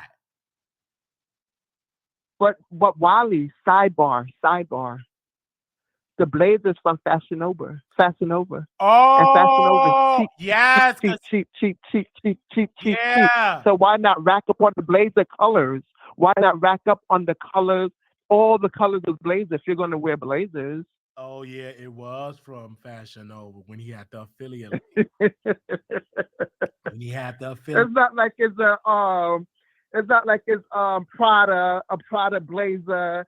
It's not like it's Isiriyaki. It's not like it's giving labels. And Child. my thing is, for me, once I get on a major stage and major influence and I can afford it, I want to make Black designers famous. You know what I'm saying? Yeah, because they are out there, but the people are not showing them love. They're not, and I'm talking about the Black people with influence because we are so accustomed to wearing white people. We're so accustomed to wearing their clothes because we couldn't have it for centuries. So once we was free, I'm with the white folks. They right. But I would love, in my mind, there's beautiful Black designers that is unknown, and some are known that need more capital. And if I'm saying I'm influential, why not make them pop in? So that's why I look at that all the time. Like, that's why I rock Melvante. So I got some more items I'm buying for him. And I don't even judge his prices because I told somebody, I said, it's good material. He's a Black designer. Why not make him pop? Like, why not? If I ever were to do host a gig or do an interview or something like online, or it's something big, I will wear something from Melvante, from his clothing line. Like, I will wear something from his clothing line. And they was like, what are you wearing? Oh, this designer, and drop his link or something. Like, I want that type of influence. Like, when I bring on the platform, whether it was CTV, whether it's Couture Bay, whether it's Katie Talk 101, I love that. Oh, I watch you because of Wiley. It's not that I'm boosting on my ego. I just like that I was able to create an opportunity for those people. I love that. That makes me sleep good at night. I love that. That's a great feeling. So why don't you set a challenge? Hashtag who's your Black designer today? Oh, yes. You guys wear something that's owned by a Black person. Yeah, owned by a Black person. Absolutely. I know I'm going to do that. Like, I believe, like, for Vegas, I'm definitely going to wear some of his pieces for Vegas and take pictures because, again, I am a celebrity, online celebrity, otherwise people going to want to take a picture with me. So I want to make sure that I wear great, Black designers, and I can tag them into their clothes, because like tag they clothing line, they could be like, oh, what are you wearing today? Well, I'm wearing the Stay Ahead collection. Who owns the Stay Ahead collection? His name is Melvante. This is his Black owned, and follow him on Instagram. Stay Ahead Collections on Instagram. Great iconic pieces. So I feel that that's what I want. I don't like the product. I'm glad I was never accustomed to this. I don't know half those labels, but Melvante, I put him up on there and above that because he Black and I F with him and he worked hard for it. And I want him to have that generational wealth, because at the end of the day, Prada don't need it. Gucci don't need it. They good for the next 6 generations or the next 12. Yeah. We the reason we making them more wealthier, because the people with the wealth, the real money, ain't wearing that. They ain't wearing that. She jumped out the bush. Oh, yeah, she said yes. She said yes. They said Sean John Fubu were big designers but went away. Yeah, that was back in the day. That was back in the day. Buy us. They said I need Prada me to style me for Vegas. Yes. But we can bring, it's so many designers like Stay Ahead collection. And I'm so happy that I was able, because people would buy it just because Wiley have it on. Whether it's 5 people, baby, that's 5 extra sales. Yeah. Especially if you're a new brand coming up, every sale count. Absolutely. Especially if 291 people see me put that on, and then 291 people go to the Stay Ahead collection and they buy them items. That's powerful. That's great, because that Black-owned company able to get more inventory. They're able to pay their rent for their, because he's leasing out a space at a mall. They're able to probably hire more employees. That's how you help the Black enterprise, the Black wealth. That's how you grow it, if we start connecting and doing it right. So, but I agree, all of them need a stylist. But would Fox Soul do it? Yeah, I'm just keeping it real this year. That's right. Cool. And most of them ain't gonna demand it. If they do, they're gonna tell them no. And if they raise too much hell, they're gonna whiteball them to the Black people. They difficult. And we gonna take it. What about her team? She ungrateful. Just take it.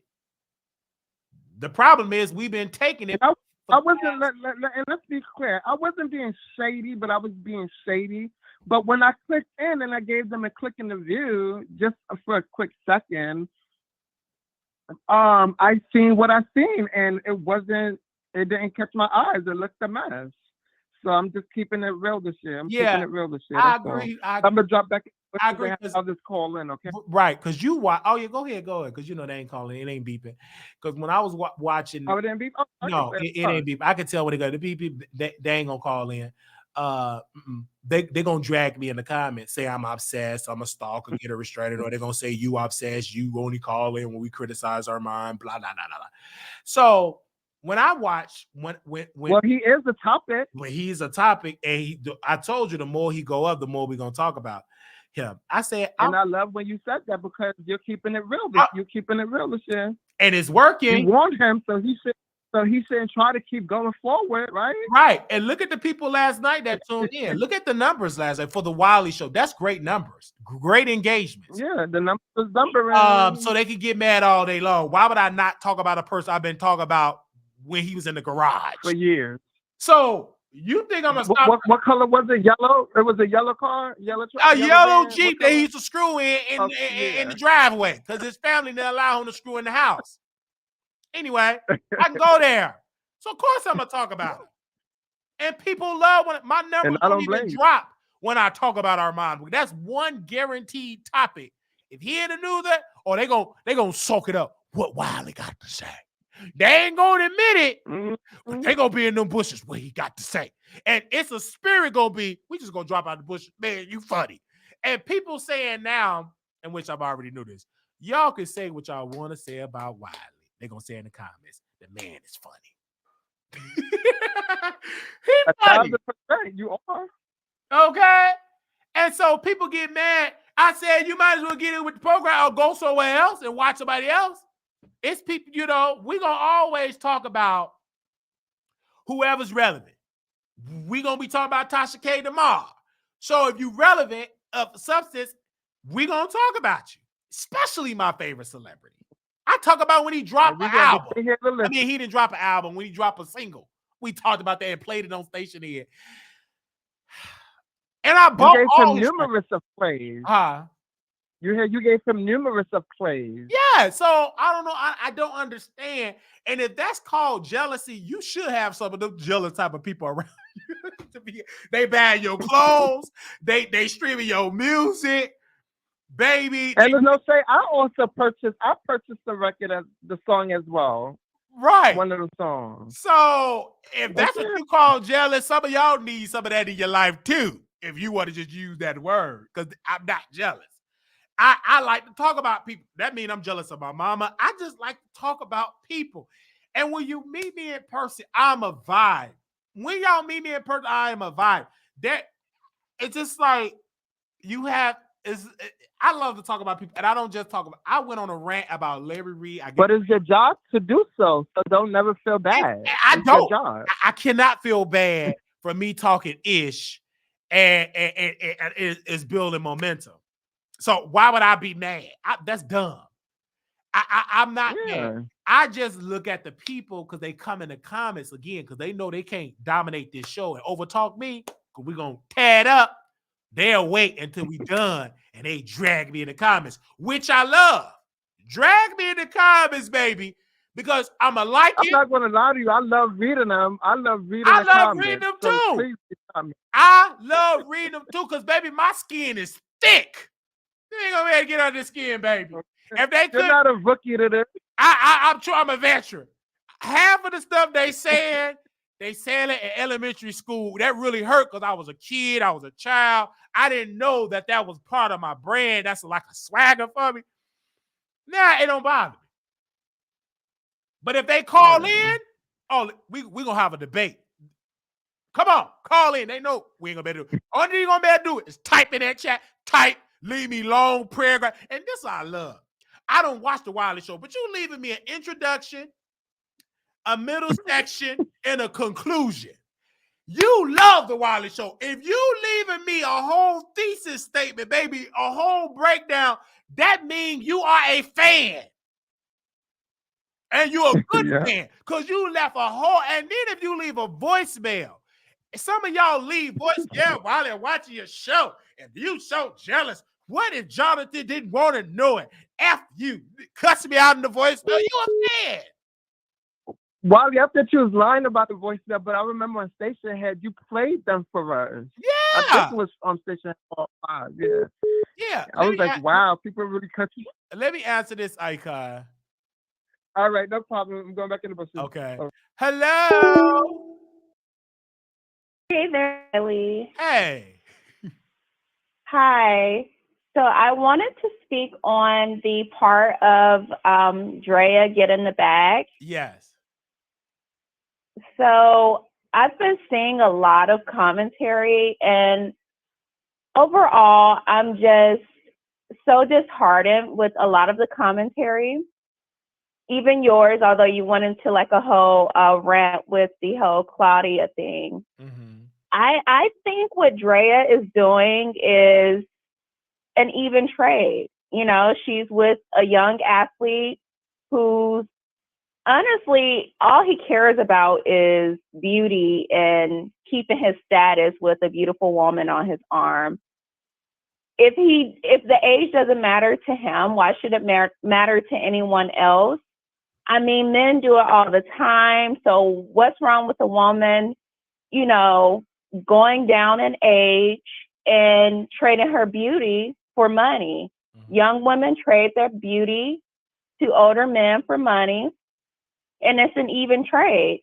And in those relationships, it's far more scandalous because the men are introducing those young women to sexual deviancies and sexual proclivities that the girls kind of feel at his will. They've been to his will because they know that they're in a power dynamic where normally the man will win, because he feels like he has one up on her because of his experience and his history, his maturity, when usually those men aren't really all that mature, which is why they're dealing with younger women. But of course, the younger girls, these beautiful girls, they're naive in many ways.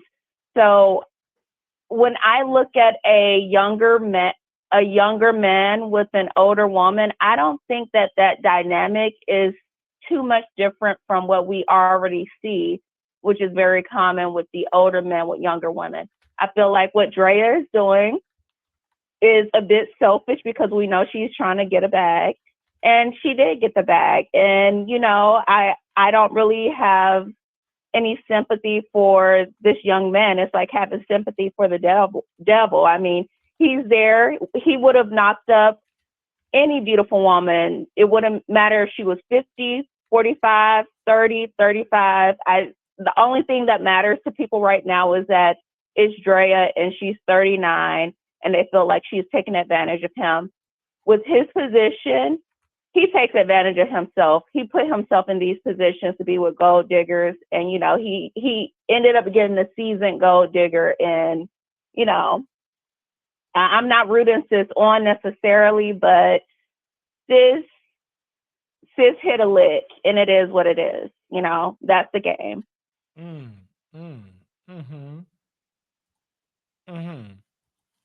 I think that number one, I don't see nothing wrong with it because people is acting like this is a 16-year-old. He's a grown, rich, young man. Why Thank not? you. Exactly. So she's 39 years old, physically fit, still can bear to have children, look good, look like she smell good. She's in the industry. I think it's great. I'm glad that they both black because white 39-year-olds have been getting our young black athletes forever. So when a black woman does it, I congratulate it. That's Thank black you. wealth. That's black, that legacy, a black child that's going to come into wealth. Drea have a great resume. It's not like she's just a poor woman. Like she have her own bread, nowhere near like Mr. Green here. But I don't see a problem with it. I tell women all the time. I tell Leah TV, get you an owner, get you a stockbroker. They ain't got to be all attractive. They're attractive good. If they not, I don't care. Get the bag. Because most of y'all throw away those standards when you get stuck with the 3, 4, 5 kids with different baby daddies. Then you're going to be on Kendra G saying you don't, man, you just going to want the income. Because at the end of the day, I don't care how attractive you is, you can't get your bills paid just only by having an attractive man. He got to have the money in the bank to pay the bills, to take you on the trip. He can't take you on the trip just on his looks only. As I'm telling the truth, man, don't you got to have money to go to travel to Dubai? Exactly. Or do they let you go to Dubai for free because you look good? So, Drea, congratulations.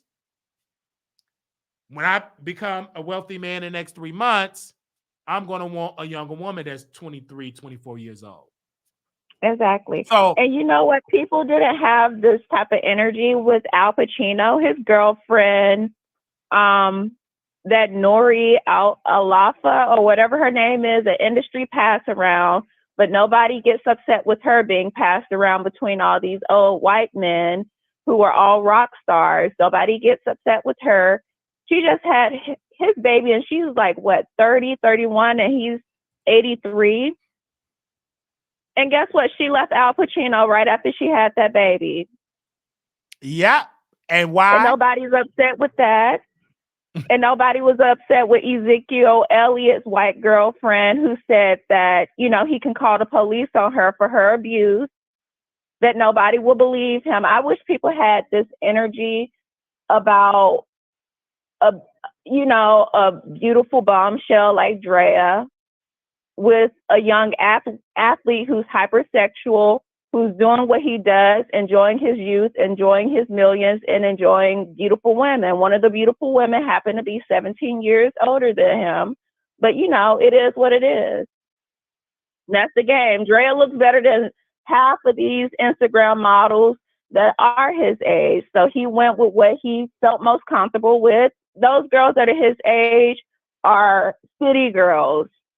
Drea is calming down a little bit. She's a little bit of a city girl, but she's also a lover girl. She's a mom. I don't really care for Drea still. Not really here to defend Drea as a person because we know her history with Chris Brown and leaving her son by himself. That's how I got introduced to her. I remember that story from media takeout years ago. And I was like, oh, she's trifling.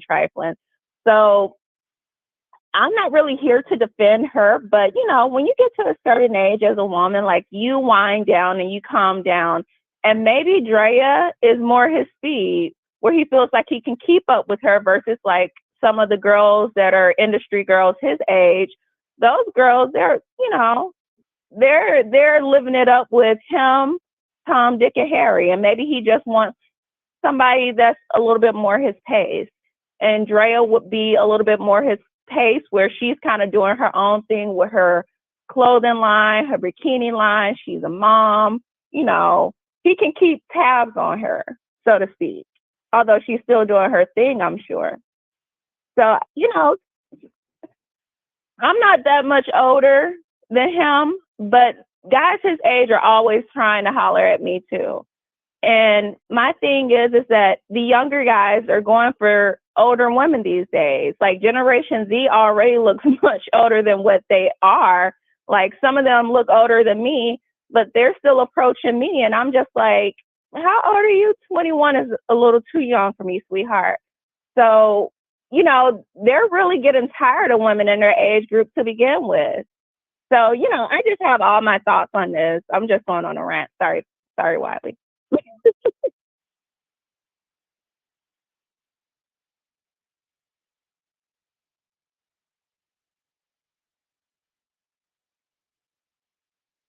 So you're gonna marry a what?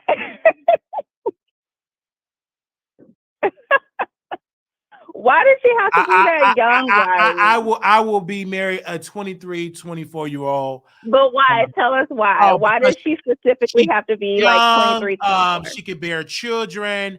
She got less drama. She less. A 28, 29, 30-year-old can still do that. No, a 32-year-old, someone your age, can still do that. I can mold her into the type of woman I want her to be. 23, 24-year-old. That's what I will have. Oh, please. I'm wealthy. Oh, please. It's my decision, and I have options. Oh, please. Women are most defiant at that age. At that age, I was a such liberal feminist. Nigga, don't ask me to fix you a cup of water. You'll die of thirst before I put a cup of water under a faucet. Yeah, fresh out of college. Got their degree. You can mold them in the type of Mrs. Wiley you want them to be. I can build her up. You think you can? Only a very special man can do that. Well, it's possible, but only a very special man can do that. I'm going to be wealthy in the next 3 months, so it's my choice. Who have the money makes the rules. You think that, man? Sometimes. You know what? The dynamic is usually the man. The power dynamic is usually the person with the money can make the rules. But I do think that certain young women can run circles around even a wealthy man. I'm talking about marrying her because, again, the reason why I say marrying her is because I understand the dynamic of Black wealth, and the greatest way to grow it and build it is to marry another Black woman. We have Black children. Why? Because she doesn't have any rights. Give them no multiple trust funds. She's going to be well taken care of. She's not going to be my slave or my maid. We're going to have a whole staff for that. Get into a staff for that. That's a way to build generational wealth. My family will be taken care of with stipulations. They have to work. They have to survive. Get business degree, etc. And so that's the best way of creating generational wealth. That's the best way to show that I'm loyal to my race, by marrying a Black woman. I agree with that. I just don't think that she has to be 21, 22, 24, That's 25. My choice. It's my choice. I'm wealthy, 23, 24 years old. That's what I'm going to pick. I mean, whatever rocks your boat, but it's going to rock it. Not only my boat, it's going to be a beautiful yacht, multiple, you know what I'm saying? Definitely. We will be rocking the yacht. I mean, hey. So I think that I don't want a baby mom. I want a wife. Because it's easy to get I can get a baby mom right now, but no, I'm. You're gonna have a baby mom when she's 23, 24. Not necessarily.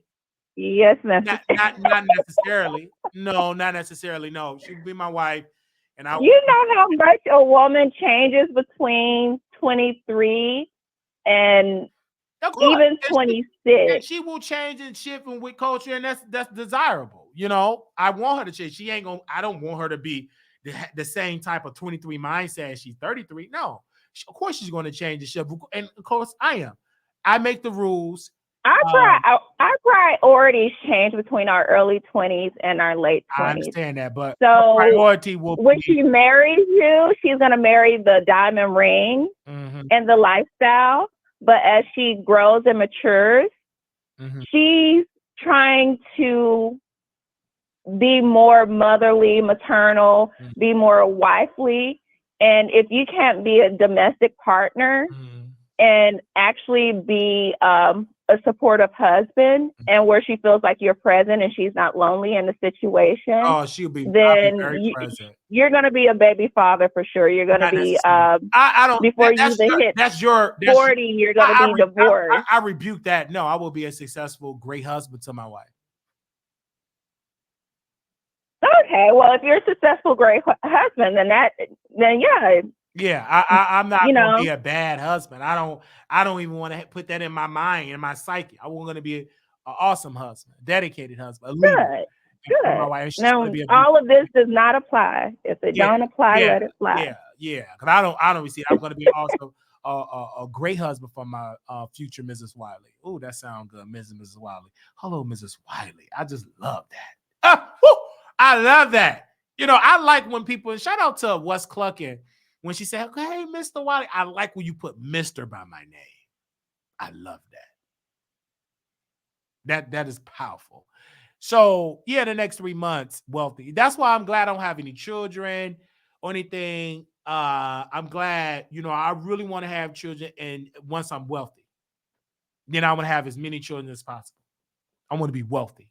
I do not want to try to have kids, and I'm trying to work, and I gotta have because in my mind, in my mind, I was thinking, I was like, man, if I had children right now and I'm a single parent, I was thinking in mind as a single parent. I was like, where would they go? There is no such thing as a 24/7 daycare.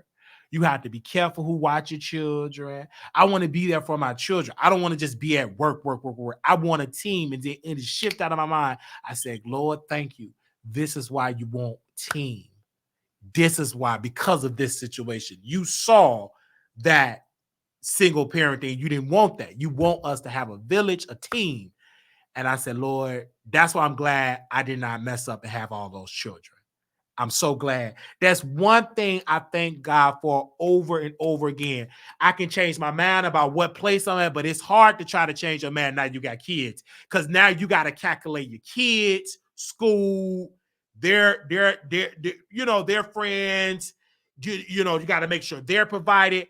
Right now, I can move anywhere in the country. If I feel like moving to Atlanta, I can drop everything, go live in Atlanta. But if I had children, I have to, if you were a mature parent, if you just ignorant, like this other black woman just gonna go, thought she gonna be wealthy in Houston and became homeless, that black woman. If you're a mature parent, you just can't up and leave and not think about your children. Because they gotta come I with agree. you if you're a Right. mature parent. So right now, I'm glad I can still get my life together and I don't have any children yet. Thank God for that. That's one thing I thank God for. I thank him every day for that. Because I go to Chicago. Bangkok. Oh, I go to Texas. Oh, want to go to Atlanta? Go to Atlanta. I go to Vegas. I don't have to check in. Got to check with my babysitter. I got to check with my mama and see if she can keep the kid. Got to check with my baby mama and see because she da. I'm glad I don't have that. I thank him every day for that. So, you know what I'm saying? Because that's something that you just can't push aside, even though you do have immature parents do push their kids on everybody else. Everybody don't have that mind frame. Everybody don't. They just push their kids on whomever. Whoever can watch whatever. Or if you don't have, hey, y'all fend for yourself. Mama still got to go to Vegas. You know? So it's difficult. This is why you have to have a partnership. You got to have it. And this You economy, do you need that more than now? You need that partnership. I agree. And moving into partnerships and economics, someone in the comments mentioned that you shouldn't be having a baby only for a check. And I agree with that. I would never encourage someone to have a child just to propel themselves socioeconomically. Ideally, you would have a child, make the child in love, right? Mm-hmm. But that's a new concept. That's a modern concept as recent as like 40, 60 years. Mm-hmm. Rutgers University, when they did a survey on couples from mid-century, you know, our grandparents, our great-grandparents, well, primarily white people, let's be honest. So maybe not ours. But most people were saying that they married for socioeconomics and then came to love. Mm-hmm. So there were a lot of couples from generations ago and dating back to damn near the beginning of time, let's be honest, where they really only married to create families and to create a stable financial situation, specifically for the woman, obviously. Absolutely. So Amen. Let's be honest, people have been marrying for checks, just not in the modern manner that we do it now for years. So that's for women. That was exactly women. We have always married for socioeconomic, marry well. Yeah, it's always been like very instilled in a woman, like, oh, marry well, marry up. Especially a Black woman too. Especially a Black. We've always tried to socialize. Jack and Jill was a thing in the Black community. Mm-hmm. Being a Black debutante, which is still a thing in the Black community, is just very hush hush. Where they actually socialize among each other and marry within their circle so you can marry well. Right. And I feel like what KLE said, but these days women out here making more money than men. That's correct. And my thing is that I'm encouraged by that. Like if I had a woman and if we dating and we're together and we get married, she make more money than me, I think that's an awesome thing. Because I would use that as an encouragement to love my wife. And that will test you what kind of man you are. Because some men need to check that ego.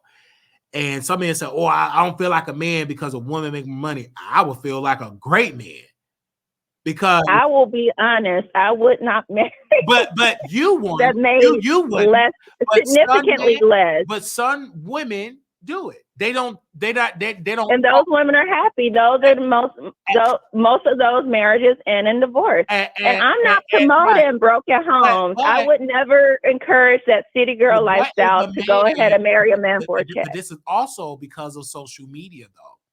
This is why you have to love yourself as a woman and know and don't let the world have an input about your relationship.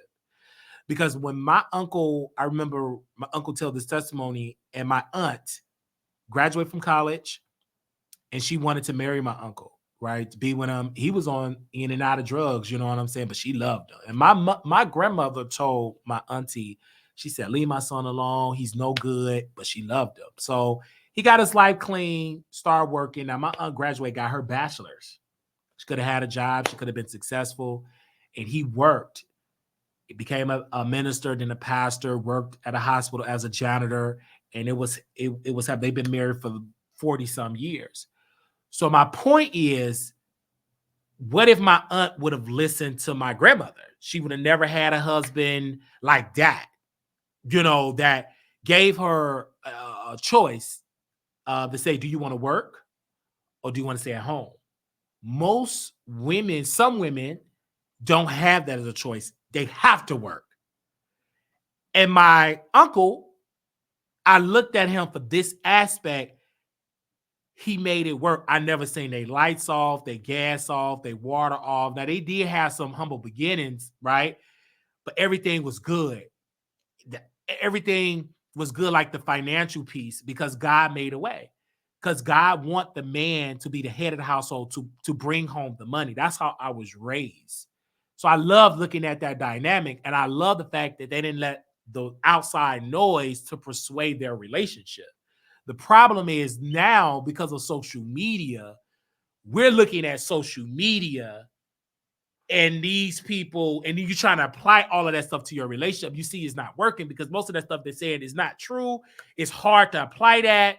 And most of them are not in relationship themselves. That's why if you have a husband, like say for you making 6-figure and I'm making a CNA salary, but I'm a good man, faithful man, paying what I can pay. I'm not broke. I'm not out here unemployed. If you just want to leave me just because I'm not matching your income, then that's your choice. But don't be shocked when you don't have that type of man that you really want. Maybe you have lost the king that you had because he didn't match you immediately to your income. And some women have missed out on a Boaz because they Boaz didn't make six figures like them. And that's Now, let me stop you right there, because some women should really, really look at it. Because I'm looking like, gotta look at that.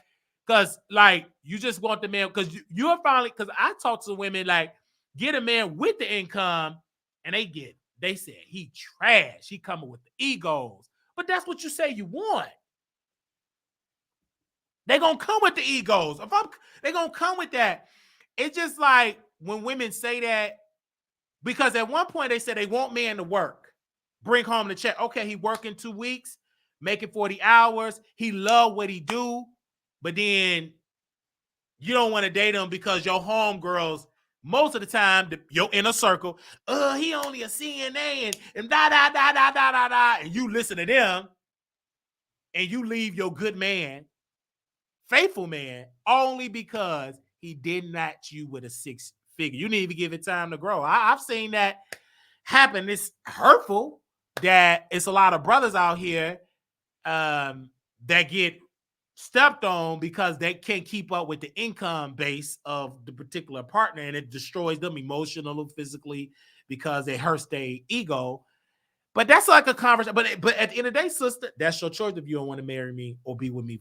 That's your choice. My thing is that I get so tired of these conversations of people trying to humble women, specifically Black women, and telling people that just because he has a job and working 40 hours, that's good enough. If the litmus test for a man, a good man being someone who works a job that's, and doing it full time, 40 hours, then about 90% of men would be good men. And we know that to not be true, 90+%. But that's not only. That's not all that he should possess. I'm not saying that he should be six figures. I'm not quite six figures. I'm very close, but I'm not there. But my thing is that I would prefer somebody to match me. But if he wasn't, 90K, then that's fine. If he was 70K, 75, that's a bit of a gap. But my thing is that we could shrink and close that gap. We could shrink and close that gap if he actually brought something more to the table, like handy skills, if he was able to actually repair things around the home, if he was a little bit more hands-on with the children, which, let's be honest, regardless of gender roles being removed in this postmodern society, most men aren't more hands-on with the children than the women. That's just the truth of the matter. Even out the womb, the child is going to spend more time with the mom, especially if he's on the nipple and not on the bottle. So these are just things that people are trying to persuade women to, grow accustomed to adopt these ideologies, and it's just not working for women. And we'd rather be single and take on, the bills on our own versus doubling the energy in the home and having to actually have triple the output, although the man is making less. So we have an extra body in the home, more bills and expenses because of that extra body. And we're putting out triple the labor between this extra person and a child. And it's just not working out for us. You're not a domestic partner. Now, I'm not encouraging Black women to look for six figures. That's not realistic. There's only about 1% of men who are actually making six figures. Especially Black men. It's a lot, especially Black men. That is true. Yeah, a lot. I myself won't put my nose in the air and overlook the men who are blue collar, who are your welders, who are your superintendents on a construction site, because I know that those men actually do make good money, and that they can with hard work and enough years on the job that they actually can be promoted to a project manager, to a construction manager, and make six figures. It just depends on how hard and motivated they are and their trajectory, if they want to be on that path. But I'm not going to settle for, he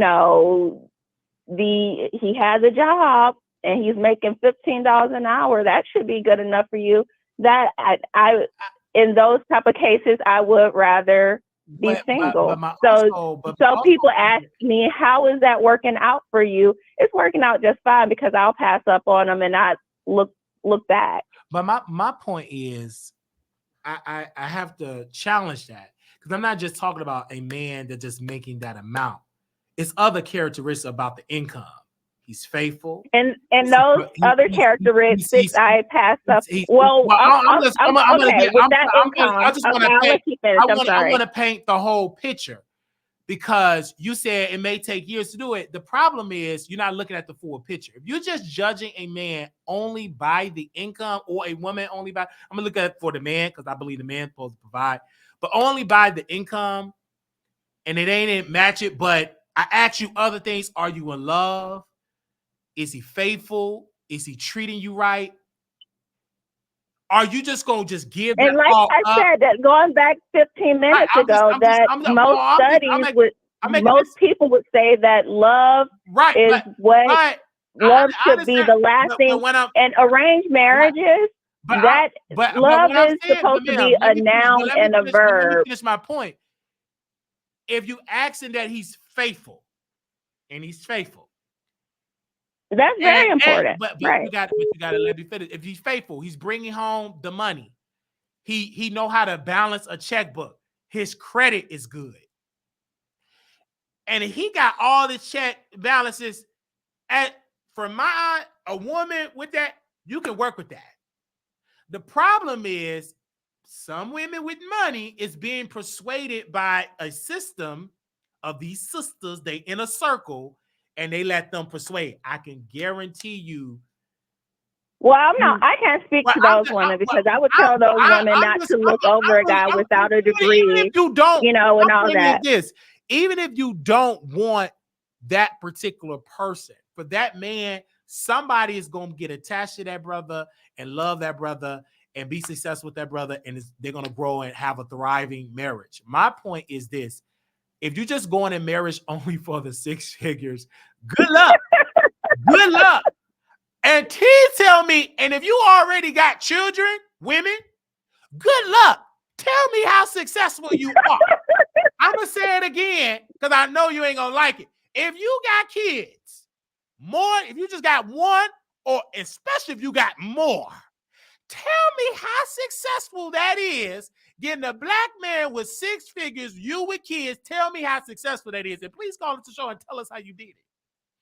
Because you're going to be very unsuccessful. My thing is that I don't care about the money. I care about the money because I want a provider, but there's a lot more that goes with that. Yeah, for me, the last guy that I was head over heels for, which was recently, that I could see myself marrying, I could not proceed with the relationship because his mindset was very individualistic, and I'm a little bit more community driven.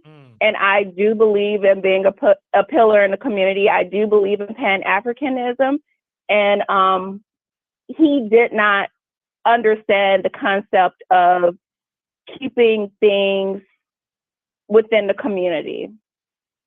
He did not understand certain concepts about our culture, despite being a black man. It was like not even being with a black man. Although I hate questioning people's identifications. Like, I hate to consider a man being gay just because he's a little bit more feminine. I hate questioning. How much money did he make? What was his salary? He made a lot of money. To be honest, he was the exceptions of black men. He made a lot of money. But you said the man with the money. Did you want the man with the money? That's not what I'm driven by, though. Oh, but so you want? It doesn't matter if he's a man with the money if he's going to question if I'm the right woman for him, even because you're a little bit too uncouth. You're a little bit too black in certain situations. Well, I'm a black woman. But what about So, that man that only made so $18 an I can't hour? rock with that That is if a you feel like proud. But what certain. about, okay, sister, that's pro-black. What about that man that made $18.50? Proud black man, love, Most, support. I'm gonna keep it a buck with you. Most black people, black men and women today, aren't pro-black.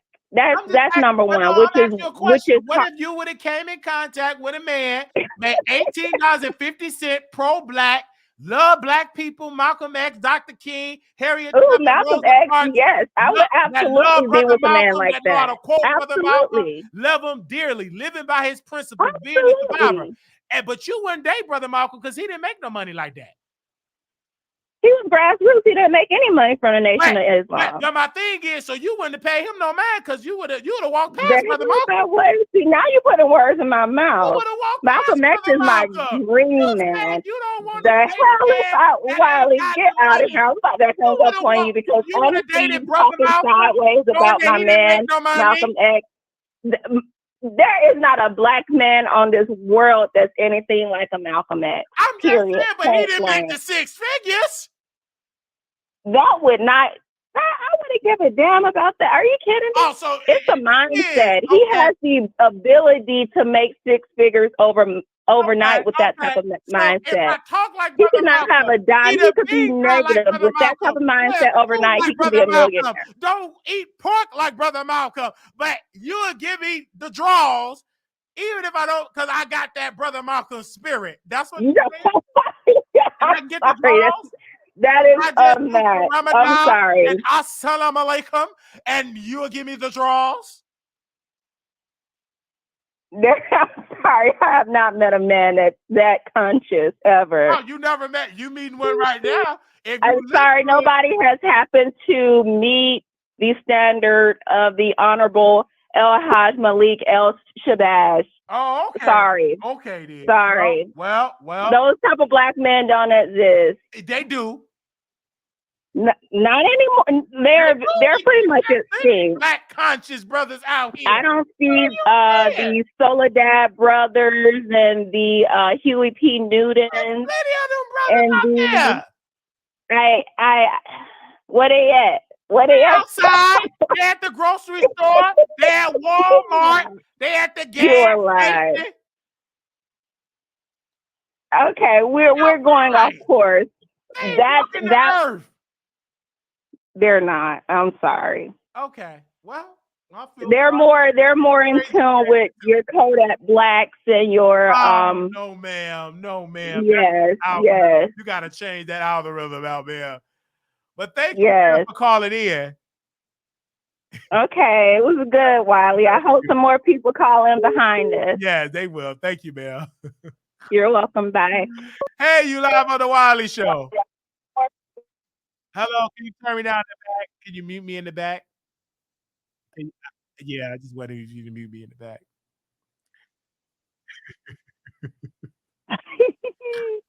Oh my.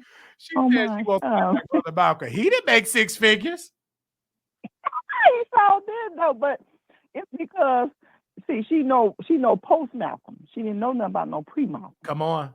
That's post Malcolm. You see what I'm saying? So when he already made a name and became who he was, now he's attracted to you. Mm-hmm. But before that, Malcolm wasn't shit. Mm-hmm. He didn't make no income. Okay. He was working with his wife, wanted him to get more from the nation.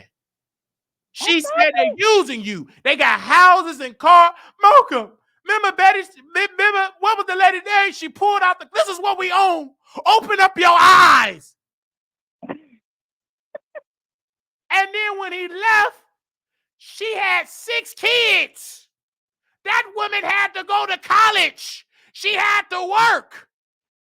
Yeah. Other black folks had to come in and pitch in and help Betty Shabazz and buy the children something and give them food. He died broke. Yeah. So that woman wouldn't have paid Brother Malcolm no mind. That's a lie. There's plenty Brother Malcolms that's working hard, being a man, living by integrity. Oh, you make $15? No. Get behind me. You broke. You a scrub. See, now you know that could be your Malcolm right there. And your Malcolm right there, she passing by all the Malcolms because they ain't making her type of income. Go ahead, sister. Oh my! I just want to comment on this Drea stuff, the situation, since we're talking about it. You know, Drea. I mean, you know, these ballers, y'all, they got a look. They got a certain look that they attract, that they want, that they feel is worthy of their money. Okay, worthy of their income, worthy of their status, worthy of their time, worthy of their energy. You understand? And those type of women are the women that you will find, like the Dreas, that can have multiple babies with these types of men. And these men know very well that these women are passed around. Okay? Just think about it. You see some of the most attractive women in the industry who has been married to some of the most, the most affluent men in this industry. And they've been passed around to other men. This man married her. This man wiped her. This man had a baby with her. You understand? You know, so that ain't going to change. Now, he's old enough to screw. She's, you know, her tube ain't tied. She's going to get pregnant. Any man and woman come together, the opportunity to have a baby. And it don't matter who they are. I want to say about that. Yeah, but she can't keep a man. Thank you, Wayne. She can't keep a man. You know, these women, those kind of women that do look good, they can't keep a man. Because that's right. Look at just how all do for their exactly looks. Right. It's a reason. Like, okay, you look good, but are you a good woman? Can you hold a conversation? Are you clean? Do you know how to run a house? Are you a good partner? You get bored. Like, okay, you look good, but dang, that's about it. I can buy a baby doll, an adult doll for that. Like Holly Berry, she's a little that's not it. She can't even keep a man to save her life. But check it out. But yet, all these men, they admire her. They admire her. But once they get her, they run like average sister. They want us to be a Holly. Yeah, when they get her, they run like a slave running from master off that plantation. Yeah. They be like, I want to be free. Every man that went for her, they ran for freedom. And you know, and that just goes to show you, you know, that you know, and it's an old saying, don't nobody want what nobody want. Okay. Don't nobody want what nobody want. You understand? Yeah. So if you somebody, you know, that look like somebody else wants you, they want you to. You better the stock is up there. But my thing is, you have women that that it's just a lot with relationships, and most of the women now, when I listen to the podcast, or listen, especially Kendra G, they all be having kids. Every one of them, most of them have kids in the back. And they standards, he better not have no kids. He better have big feet, 6'2", 6 figures, making $1 million a year. Do you really think that type of man that you describe, you on his radar? And you can't even get yourself together on camera, all the wild kids in the back, and you looking raggedy on Hold on now, Wiley. Now, like, no, wait a minute, Wiley. Ain't nothing wrong. Somebody will help you, but let's just be practical. You looking filthy bodies. Like Southern Belle said. Wait a minute. Like Southern Belle said. Now we ain't gonna put this out on us, not women. Now we ain't gonna put it out on it, but most of them be calling to Kendra G. I'm watching Kendra. Wait a minute now. Hold on. These men want us women to not have no babies. We can't. You know what I'm saying? We gotta have natural hair. We can't wear no fake fingernails, no fake eyelashes. Exactly. Right. But if they got the money, if they have that particular income, they have simply most wealthy men, all wealthy men have a list of what they want. It's just, it is what it is. White, black, Latino, Indian, etc. They're gonna have a list, a custom that you got to match. But the women, because you want the man, you own Kendra G. I'm looking at you. Bonnets, filthy, look like you didn't shower. Kids just terrorizing in the back. So already I know if I'm wealthy, ain't nowhere in the world. If I ran for freedom, leaving my nieces and all that noise, disobedient. There is no way I'm gonna go in that house and be disrespectful, and I'm worth all these millions. You ain't no bad bastard. Don't eat nothing now. Don't eat nothing. I'm just saying, I couldn't even deal with the. I'm sorry. I don't know. I don't see none of them coming back with success stories. Yeah, I had 8 kids. I got a 6-figure. I ain't seen that one. It just seems like a claim to fame these days. If you ain't had your baby by a millionaire, you ain't had yourself nothing. Right, but it's sad because you still live a successful life. That's a problem of people look at social media, though. The power of social media is so powerful because you're looking at that social and that media, and you feel like, oh, my social ain't nothing because Drea 859, she got this and that and that and that and that. And you just knowing what you have. But it's a lot of people that's And I think that what we need to do, you said earlier, we need to back away from social media. Sometimes We I have need to to cut back the edge and away stay off the from it. computer for a while. Yes. You know, get you a real compliment. You know, have your real conversation with some people out here in these streets. You know what I'm saying? Yeah, even Nicki Minaj said in her concert, she was telling her fans, like, live in the moment. Like, I love when when I got turned up, I started putting social media up, but I love like being at home, living in the moment. When the camera is off, I love just to have a moment with me. And then, like, I went to the movies. I did go on Instagram, but I was able to sit down, watch Bar Marley by myself. Some people, they can't go to the movies by themselves. Oh my gosh, I go to the movies by myself. Oh no. No, I go by myself because I feel like if you can't treat yourself good, how are you going to treat your future wife or your future husband good? You don't even take care of yourself. Like, take care of yourself. Like, make yourself feel good. Like, I love hanging out with myself. Like, I refuse to be on the air. I'm single. I wish I had someone to go through. Damn, take your own self to the movies. And I don't feel no type of way, even when I was in the movie theater with the white folks watching Bar Marley. It was black people, white girls, white women, and stuff like I was seeing it and stuff like that. And it made me feel no type of zone. Even though nobody sitting beside me, I'm sitting by myself. Great. I'm happy because I know I can settle, or I can get. It's easy for a man to get a woman. I mean, it's plenty of women. I believe there's more women out here than men to do it. But I'm not.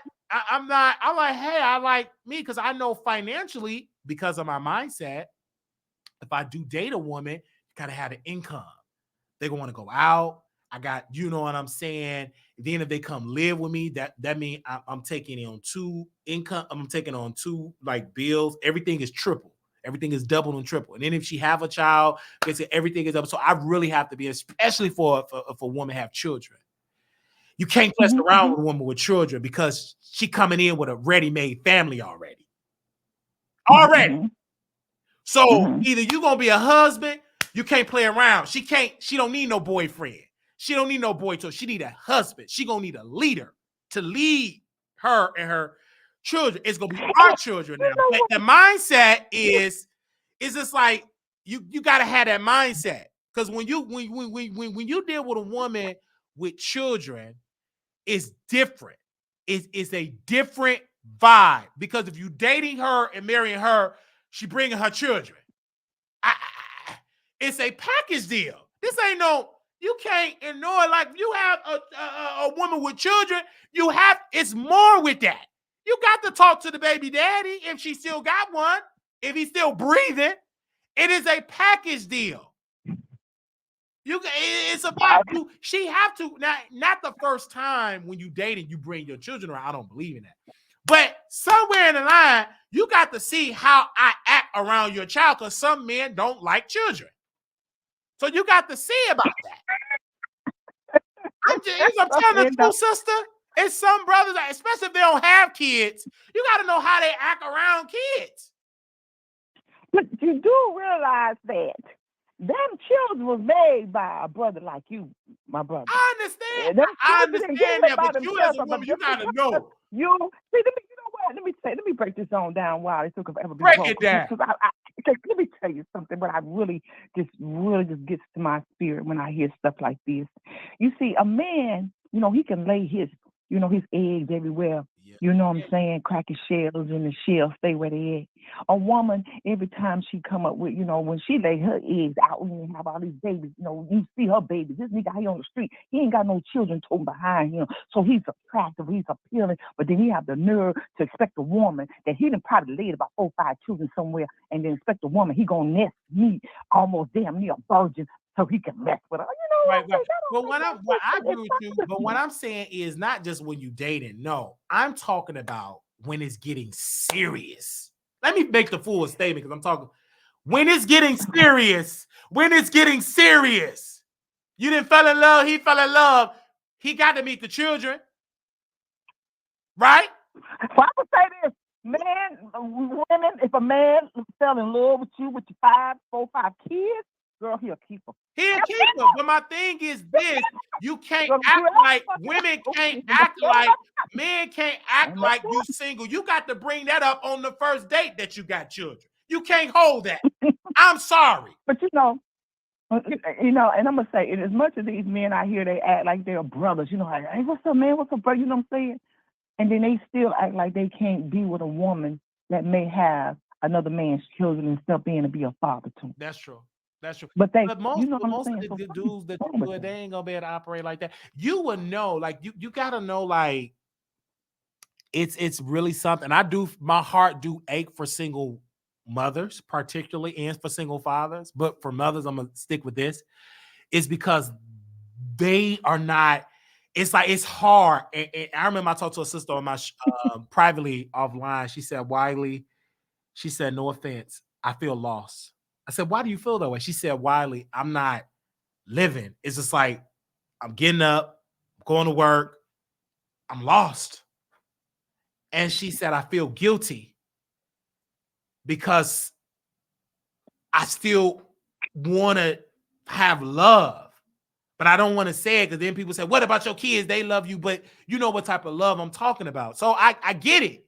Women struggle with that, especially if you're a single mother, and then you see your baby daddy, he living his life, and you stuck with the child. I get it. That's painful, and it's hurtful, and that's why some of these sisters deal with depression. You stuck with children 24/7 unless they go to school, and half these schools, they out of school, half the time they go. Columbus, they out. Spring break. That means you stuck. Then the baby daddy, he living life. Wee! Hey! That's what I'm saying. So you don't get to carry around his baggage. It's with just, the women, right? It's just so our babies painful. on our hips and our arms in our hands. Right, I'm speaking to single women because most of the women that watch the broadcast are single Black women. And when I ask them about Vegas, most of them say, Wiley, I would love to come, but I don't have no babies. Ain't got nobody catching babies. I get it. It's painful. Yeah. Because you should be able to at least get a weekend off.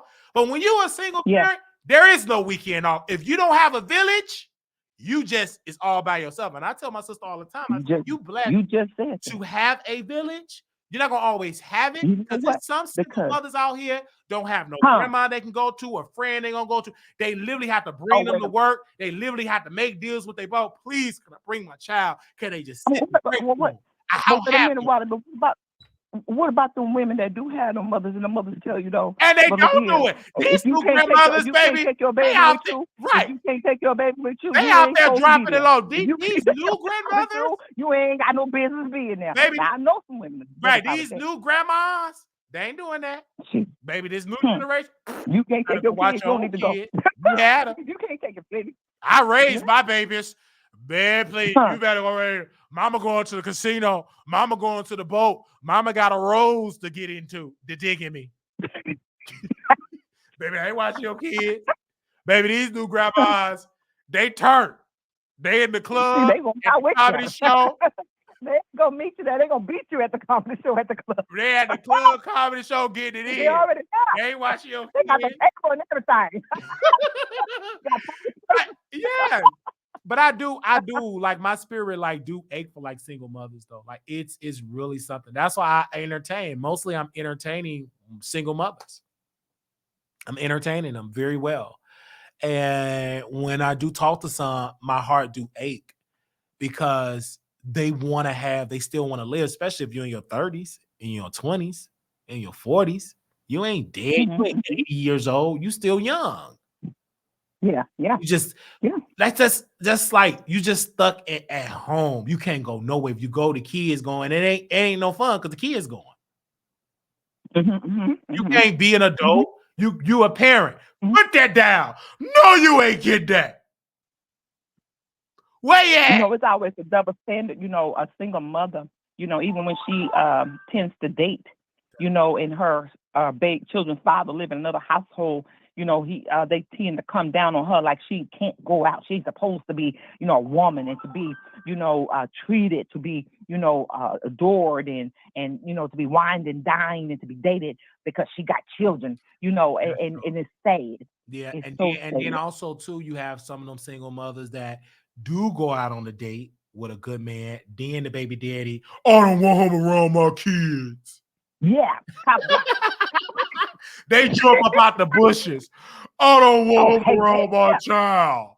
We outside because you know kids talk, and if they see greatness, entertainment, they gonna tell the world. We at this like wee. They gonna tell that father, and you gonna get a phone call. I don't want him around my child. Too bad, too sad, because you didn't want to be around your own damn child. So take your ass and sit down somewhere. You ain't here. You don't want to be around your own damn children. Right. So you some damn well. Good. It's a problem. It is a problem. I really, it really irks my heart. Like it really does. It's like some women can't even go on dates when they got the time. Like they ain't got the time. I worked with this one sister. It's just so sad. Like she was in one mess. She had kids, and the man said, "I'm leaving. I don't want to be with you no more." Got her pregnant again. You know, had those what do they call those quarantine babies? Got the quarantine baby. He woke up one day, told her, "I don't want to be with you no more." He left. So now she's stuck with all the kids. She working, have to work one job, then go sleep for hours, 2 hours, then go work another job. Then she got another man that talk to her bad at the job. We just seeing it. We got a front row seat, and she start opening up and talk. And I told her I'm gonna pray for it. That's all I'm gonna do. And I walked away from her fast. I just prayed for the Lord fix it. You know, because it's sad. It's like so sad. She told me, she said, Marquise, she said, yeah, I'm in a mess. She said, I should have never had these kids, all these kids. And if I would have known he would have left me, I wouldn't have did it. She said, I work in 2 jobs. I got a bartend, work as a CNA, bartend, work here. And then when you go home, there is no, she said, sleep. You got kids and those infants. So I understood where she was coming from because like my nieces, they don't sleep. Baby, they get up. They was my alarm clock. I still think I had kids in here. Sit that down. Shut up. Right. Don't touch that. And you just stop talking. They're going to overpower you. They're going to do it anyhow. One wants some, the next one wants some. You clean up, they're going to mess up. Like you literally, I felt like I was a single parent because I would have to clean up when they go to sleep. Then I would have to do my cleaning. Wake up in the morning, everything I clean has been destroyed. So it's really it's really really rough, you know. And I said, Lord, thank you that these are not my children. I said, I was so happy that I was able to come back to my apartment with this popcorn ceiling. Don't get me wrong, I love my nieces. I go there and I visit. You know what I'm saying? I go there and I visit them, but I'm so glad that I can go home and stuff like that. I love them dearly, but they are very active and they're children. And sometimes I have to say, okay, they're children. So I was going to the gym every day, 3 times a day because that noise. It was one guest that I interviewed. He was on Broadway. And interviewed, I couldn't put the interview out. Not because the interview wasn't good, because the crying kid. Who is that on the camera? Uncle, can I get some of your juice? Uncle, can I get some of your juice? Oh, Uncle, can I get some of your Gatorade? Oh, Uncle, can I get your ice cream? Uncle, let's do some TikTok.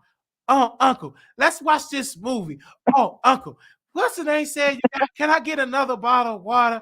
Uncle, I'm hungry. I say, I can't even get you out. I said, I apologize to the guests. I said, oh my God. Oh my gosh. It was a great guest. I mean, the man is on Broadway just doing his thing.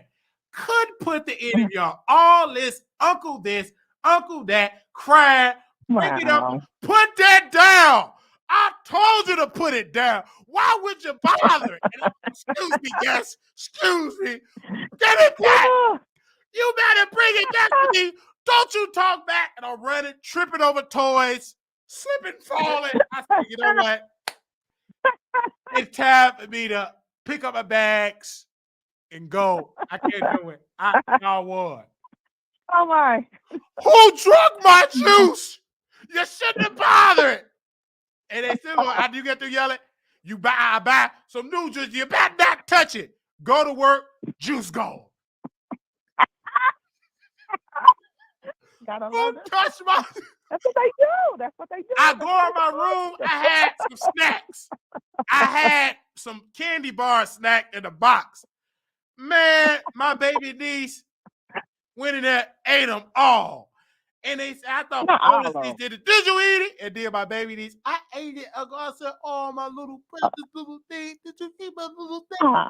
It didn't really bother me, but I really wanted them snacks. I was yearning for them snacks at work. Oh, I got a little snack. I can watch me a little Netflix.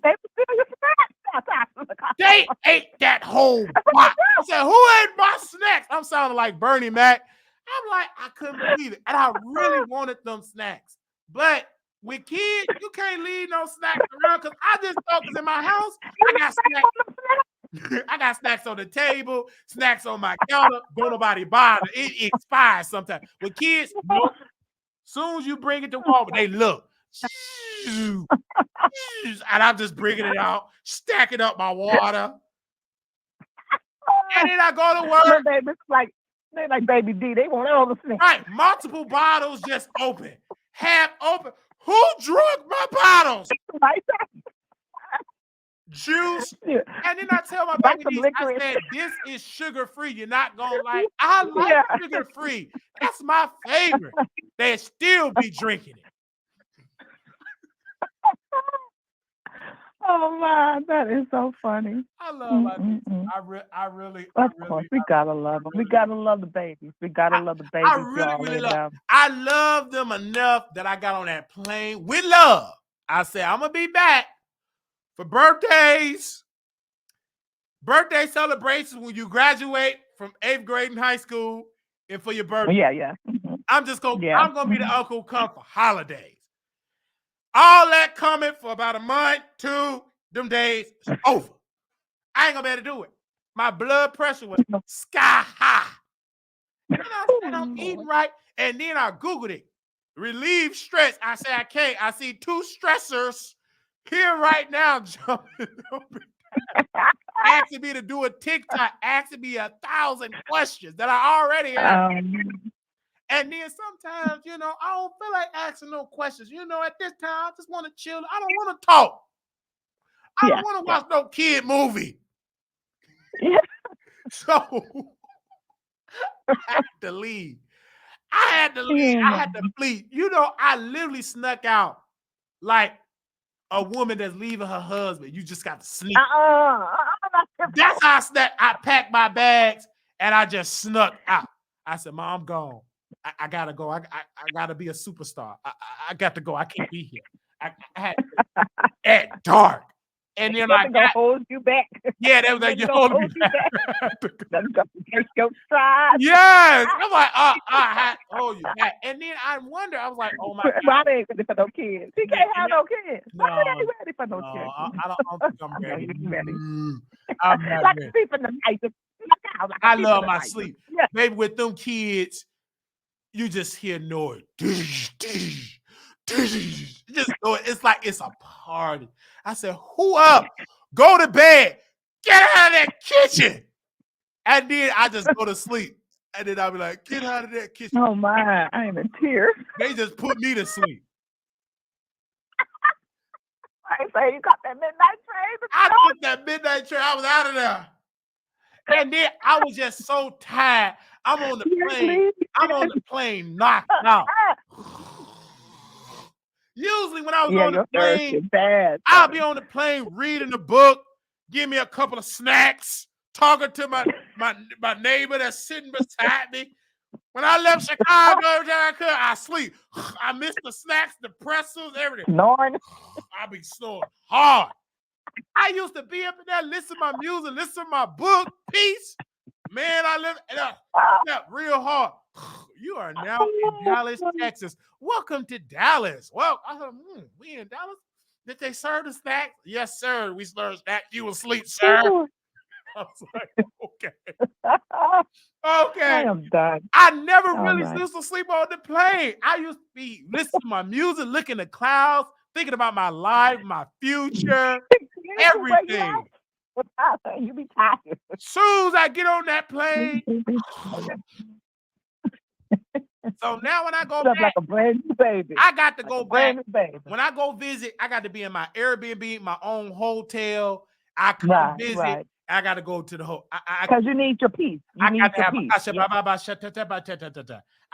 my peace. I'm sorry. Gotta have your peace. Oh no! I gotta have my peace. I gotta have my peace. I gotta do for me, Lucius. I gotta do for me, Lucius. And shout out to all the empty nesters out there whose children are grown or doing their own thing and they out the house. They want to give a shout out to y'all because shout out to y'all. Y'all did it. Somebody said, I'm giving flowers to the mothers too that are single and trying to hold it down. Right. They said that's the. And take the time to smell your flowers, please, because I'm gonna tell you something now, Wiley. Now these children, now as much as we dote on their asses and we take care to make sure they got everything, work 2, 3, 4, 5 jobs for them and go through all these different men's and almost for their ass. Now they can grow up to be some ungrateful ass children. That's a whole nother topic now. When you ready for that, call me back. Right. We never got to talk about that. But I thank you, ma'am, for calling in. And I appreciate y'all too. Thank you so much. Thank you, sis.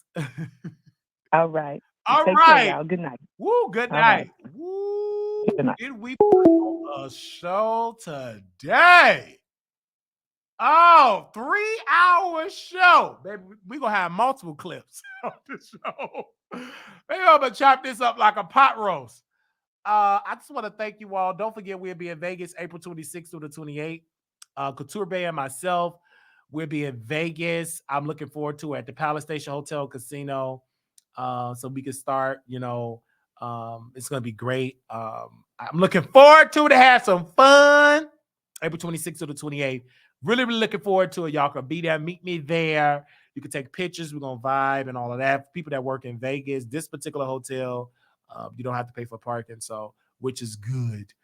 Pull up on me when you get off work and everything. Please pull up on me so we can chat. I really want to hang out with y'all, especially the ones I hung out the last time. Katie Talk 101 would be there as well. So I'm really looking forward to seeing you all in Vegas. And if you can't come to Vegas, you can always donate, and for the Wiley can have a good time. And I will go live. You can live through me, okay? But yeah, and so I'm really looking forward to seeing you all there. Couture Bay, and you can catch me in Couture Bay and the North Carolina Beat on Thursdays, every Thursday for Two Man and Lady. We want to thank Couture Bay for that, and I'm loving the shows on Thursday. I think we almost post all our clips for that episode. I want to thank Don Johnson for coming in and supporting us on last week because the North Carolina Beat, Mr. Gerald could not make it due to the State of the Union. He was covering that. So looking forward to it on Thursday to see Couture Bay, myself, and Gerald from the North. He is the creator of the NorthCarolinaBeat.com. So I'm really looking forward to that. That's every Thursday. I'm really looking forward to it. I'm loving that. That's a once a week to do a panel show, and I'm looking forward to it as well. Now we're looking for sponsors. If you got a brand or something that you want us to promote, you can hit us up on wileyshow@gmail.com. Love you all so very much. This was a great show today. 3-hour episode today. We'll be back tomorrow dragging Armon Wiggins because we did hear that he did mention us in his broadcast. So we will be watching our favorite celebrity This is fun entertainment, you know what I'm saying? Because he's on television still dragging us, you know what I'm saying? And we'll be back tomorrow, immediately following TGIF. We're going to give you some Wiley T, real, raw, unedited, uncut, ghetto, ratchet, not politically correct. We're going to be dragging. Okay? And we held our numbers, Paul, didn't we? Because people thought our numbers going to drop because they went live. No, we have a solid fan base that love us. They don't want us to stop our lives, so that wasn't going to work. They went live for 1 hour. We stay live for 3. Baby, we watch you in the replay. I'm going to get through all that music, all that struggle twerk, get my notes, and I'm going to come back on tomorrow. You ain't going to drop out. We have a solid fan base that love us. And we loud, and we create a lot of noise. And guess what? Once you got done watching in that blue suit, you're still watching us now. We still going to talk about you on Tuesday, on Taco Tuesday. And since it's Taco Tuesday, we're going to talk about Cardi B tomorrow too, Paul. Make sure you remind me to talk about Cardi because that's Taco Tuesday. And I know Cardi B love her some tacos. Well, right now, she probably like fried chicken because she got Offset. But before she knew her Offset, that woman was quesadilla and a good old taco.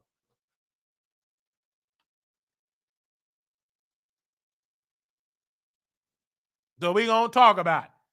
These folks thought they was going to be on television. They going to stop dragging. They going to drag more. It's in their spirit. They was drinking.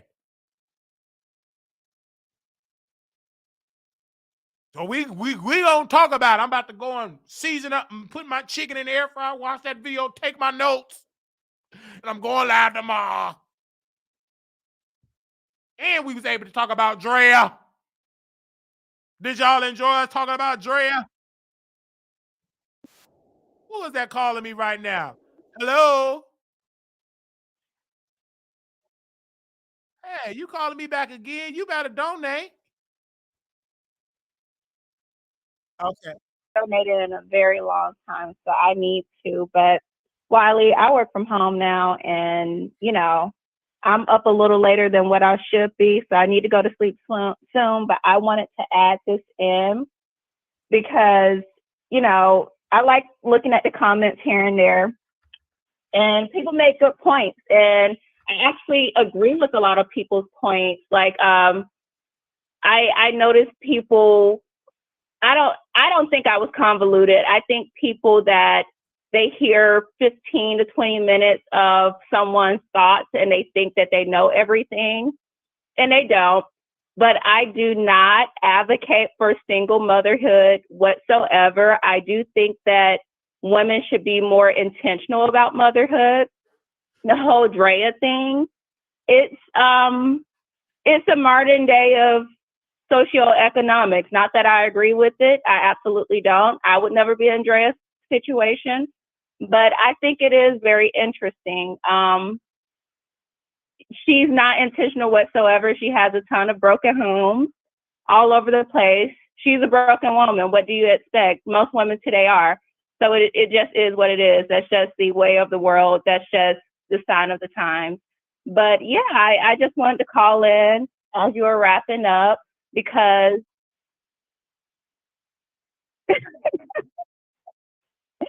I don't know. I don't care. That is true. That is true. But I'm up. I'm enjoying the show. It was a good conversation. I always enjoy these. Ooh, I think that's you, Wiley, but I'm not sensitive whatsoever. But yeah.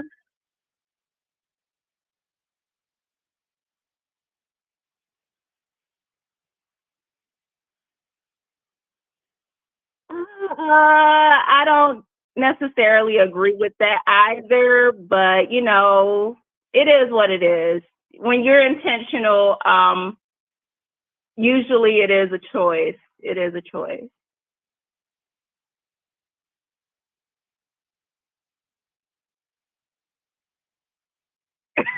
Now you're putting words in my mouth.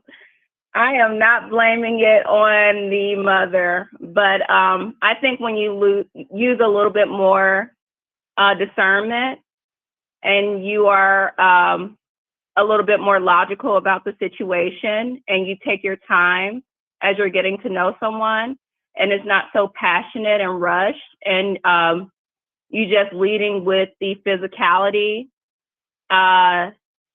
then yes, you're in a world of trouble and you're bound for single motherhood. Typically, that's the case. But when you actually do the opposite and you're, doing things the proper way, you're going steady, then you're less likely for motherhood. It's not a perfect system. People still get divorced. People still are unfaithful, but typically when it's rooted in spirituality and religion, when it's rooted in people who actually have the same value systems and the beliefs, and you have taken the time to get to know someone and you're growing with them and you guys are personally improving together and you have an unbreakable bond, and you're more likely to not be a single mother. That's how I see it.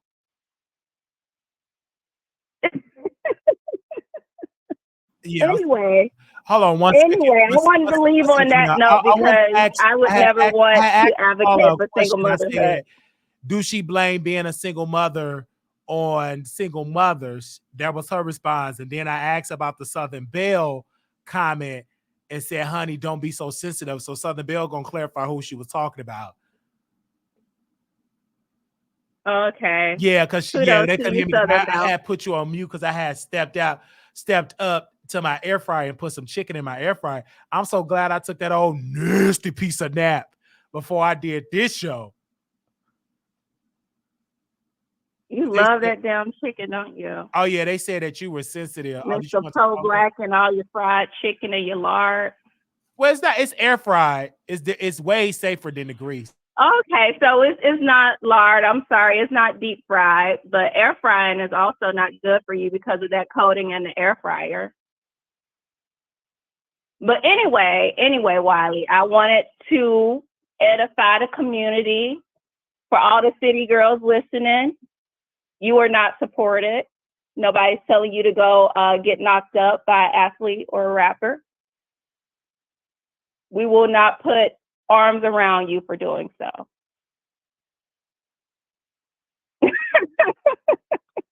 I will donate, Wiley. Okay. Have a good night. Bye, Wiley.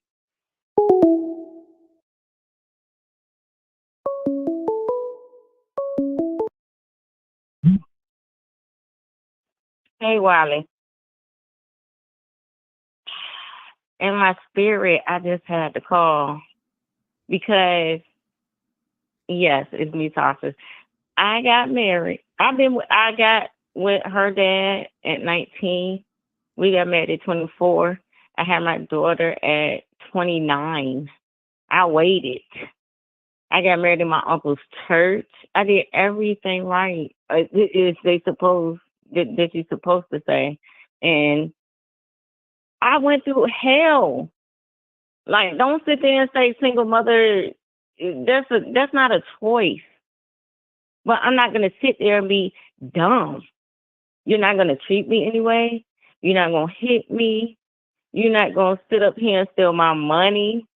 You're not going to sit up here and cheat on me. So, yes, you can get up and you can go because my daughter's 8. She saw us fighting, literally. And that's where I kicked his ass out. Sorry, Wiley. I kicked him out the house. I moved after that. Like, no, he walked out for his little white girlfriend, all that. Like, that wasn't a choice. I didn't get married to get divorced. And not especially be married for 11 years, be with somebody for 15 years. I'm 37. That's half of my whole life. That man broke me down. And I'm not going to sit there and let my daughter see that. Nope. My mama raised me to be independent. I'm not about to have no pity party. You did what you did. And he thought the grass was greener on the other side, and he came back and apologized. I'm sorry for breaking up our family. But this man ain't paid no child support for the last 3 months. So don't sit up there and say single motherhood. No, that's not a choice because I did what I was supposed to do.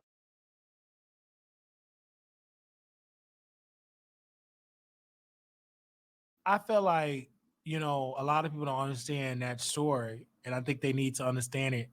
That's why in upcoming weeks, we're going to drop the flyer and we're going to be talking about the pain that single women go through. We're going to do a town hall about single women, single mothers particularly. I'm just be the moderator. I want you to be on the panel, as many other single mothers that want to be a part of the panel as well. And I want to hear from single Black mothers. Like we did the child support one, we did the trans children one, and now the next town hall we're going to do, this is our third one, virtual town hall. We're going to talk about, single Black mothers. That's all I had to say. And Well, I want to hear that, because your story is because you left because you didn't want to be in an unhappy zone. Some women still stay because they want to keep. I got a man, but it's toxic. I can't do that. Yeah, it's toxic. It's very toxic. Like you was sitting up there cheating on me in my face, and then you push, like you literally, like he hit me before, but we fighting in front of my daughter. She was too old at this point. She 8. When was that? Like she was like 6 when she saw him shove me into that counter. Like, no, you can't do that. So I'm supposed to sit there and stay with him till she turned 18. You done lost your God. Yeah, you lost. God-given mind. Yeah. And I'm glad you left, because you can heal and you don't need to be in that trauma. Not only for yourself, but for your daughter. But it's some cases out here where mothers are still in that predicament because some are afraid, some believe don't break up a home because of family, etc. But I'm glad that you made that decision to leave, and you are a great mother. I want to thank you for buying my mother coloring book, and I see it. Yeah, I see the pictures. You take your daughter out to events, and you're a very active mother. Very active mother. I go to the field trip. They have any like we live in a district, our zip code is considered at risk, and the school real involved. They even say, like, I know she was a little behind because she was on like that online school for when COVID hit. So they even say bring her on Saturday for 3 hours. And the school is really involved. They give out food. I don't know what it is. They give out food. They really involved. If they have a fundraiser, I'ma go. If the field trip, I'ma go. They was bullying my daughter at first, and that's all good. But yeah, I'ma be involved. Like, he's a visitor. He can pick her up when he wants to, and he'll keep her for a couple hours. No. Yeah, and it's really, really sad because we can't even hardly be on the phone because you're busy. Like, you gotta, you're real busy, and it's sad. My heart ache, and people are saying, "But did you see any red flags before it got to that?" If you want to share, I did. Yeah, I did. I got with this man at 19, and his family kicked him out. He moved in with me and my mama at 20 in her house. We moved out of her house. I mean, that was an apartment at that time, at 24. And we got married 2 weeks later. This man that stole my money when we moved out. This man then been on drugs. I done left, a couple times.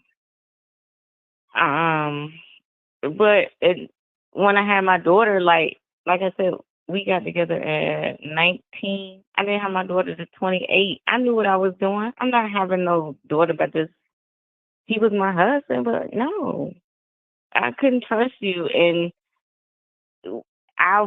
I never got pregnant. It just happened. You know, when we was actually about to get divorced at that time, and I just happened to get pregnant. So I stayed. Then she was like 2. I moved out on his ass, and I moved to another apartment. Eventually, I let him come back. Then I moved again. Then I let him come back again. And I knew he was going to eventually try to get me back for that. And then he left. I moved with the white lady and her son. Take care of her son more than my daughter. But that's just a part of being young and, learning your lesson. Yeah. But what I wasn't going to do was let my daughter see me be toxic. So I'd rather sit here and be single. Or, I'm dating somebody now, but I'd rather be single. No, you're not about to sit here and see your daddy cheating on me. You're not about to see me and your daddy hitting each other. You're not about to see this man stealing my money because he's jealous because I have a corporate job. Wiley, you know that. Absolutely. I'm glad that you learned. I'm glad that you at a better place. And I'm glad that you're dating. That's why we haven't been on the phone like that. You're dating now. We did that too, but every time you call me, it seems like you call me when I'm doing something, and I be forgetting I don't know. sometimes. I just call anytime. And Wiley, I'm nervous when I drive. I'm super nervous. I cannot, and even though it connects to my car, I'm a nervous driver. I understand. I understand you booked a business and you dating, so I understand. And like a lot been going on with my job. Because like I said, I have a corporate job. Yes. A lot been going on. A lot of managerial changes. They were trying to get me to take a job. It's all it says. Yeah, and I was like, I had to refuse the job. I'm like, I'm not in the headspace to take that job, do that. No. Yeah, but I understand because like Dover Queen, she in a relationship. I'm so her in the funny one. Yeah. So as y'all get a relationship, bye Wiley.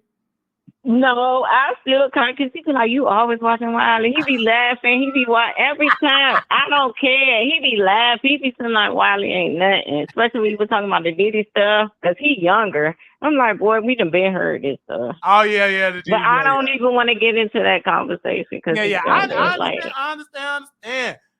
Yeah, relationship. Most of these people there, you'll see why when they single, they be all in the chat. Get a relationship. But it ain't even that, Wiley. Like I said, I've been having to go through child support stuff. I'm trying to get in touch with my caseworker. I've been trying to, and then my daughter, with the school stuff. Like I have to be involved with her because she's upset about, whatever. But so I have to make sure she's okay. Yeah, I'm just talking mess. But I love it. But I gotta make sure she okay. I be at the school all the time. Yeah, all the time. Yeah, I understand. I'm definitely praying. But thank you for calling in because it's like you adding layers to this because you're coming from that perspective of being a single mom and the reason why you chose to be that way. You could have stayed in a toxic environment, but no, you chose to leave for peace, for your sanity, and also the safety and the dignity of your daughters. Yeah. Thank you. Nobody want to walk on eggshells every day. Nobody want to walk on eggshells. Absolutely. So I love the fact that you moved on to a peaceful situation, and thank you. And I'm glad. I'm assuming this guy is much better. Yeah, he's cool. My daughter like him. She did not like it at first, but yeah. Yeah. Somebody just sent me a picture of Armon. Somebody just put me a picture of Armon Wiggins, not other you, and took a screenshot. It looked like the bottom of his teeth is rotten. I don't know. You know what, Wiley? You know what's funny? I was eating today. I got a temporary crown. That thing came off. I got to go to the dentist tomorrow. Oh. It looked like I got, how when they shave their teeth down with the veneers? That thing popped right off. So I got to go get my because permanent somebody crown. sent me a picture of his teeth with the veneer. Look like it's just rotten at the bottom of. I don't know if. Wiley, it looked like I got a little baby tooth. Oh I my said, God, I you called definitely my gotta get that. dentist, kick me in tomorrow, ma'am. Yeah, you definitely gotta get that fixed. But I'm happy that.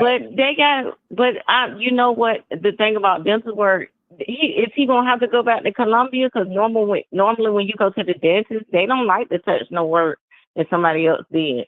They'll tell I you don't no know, real man. And fast. look, I don't know if this man was eating some chacos, but man, I'm gonna post this picture on.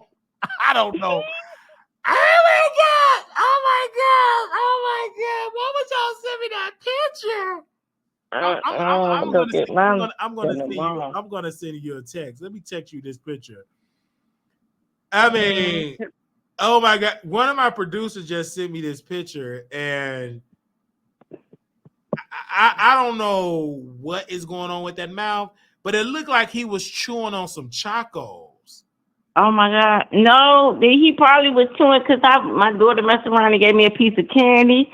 I chewed it on that temporary crown. That crown came right off. Now I got a little baby tooth. I called the dentist so fast. Okay, I'm gonna send it to you. I don't know because I'm not a person that I'm not a. Hold on, y'all. I'm gonna send it to you so you can see that I just texted to you. Oh my God, I don't know what that is. I don't know what that. And see, the thing is, I would have never noticed that. These people be sending me stuff. Why do y'all send it to me? Because y'all know. Oh my God, look at all the black in the back. No, I ain't got that one.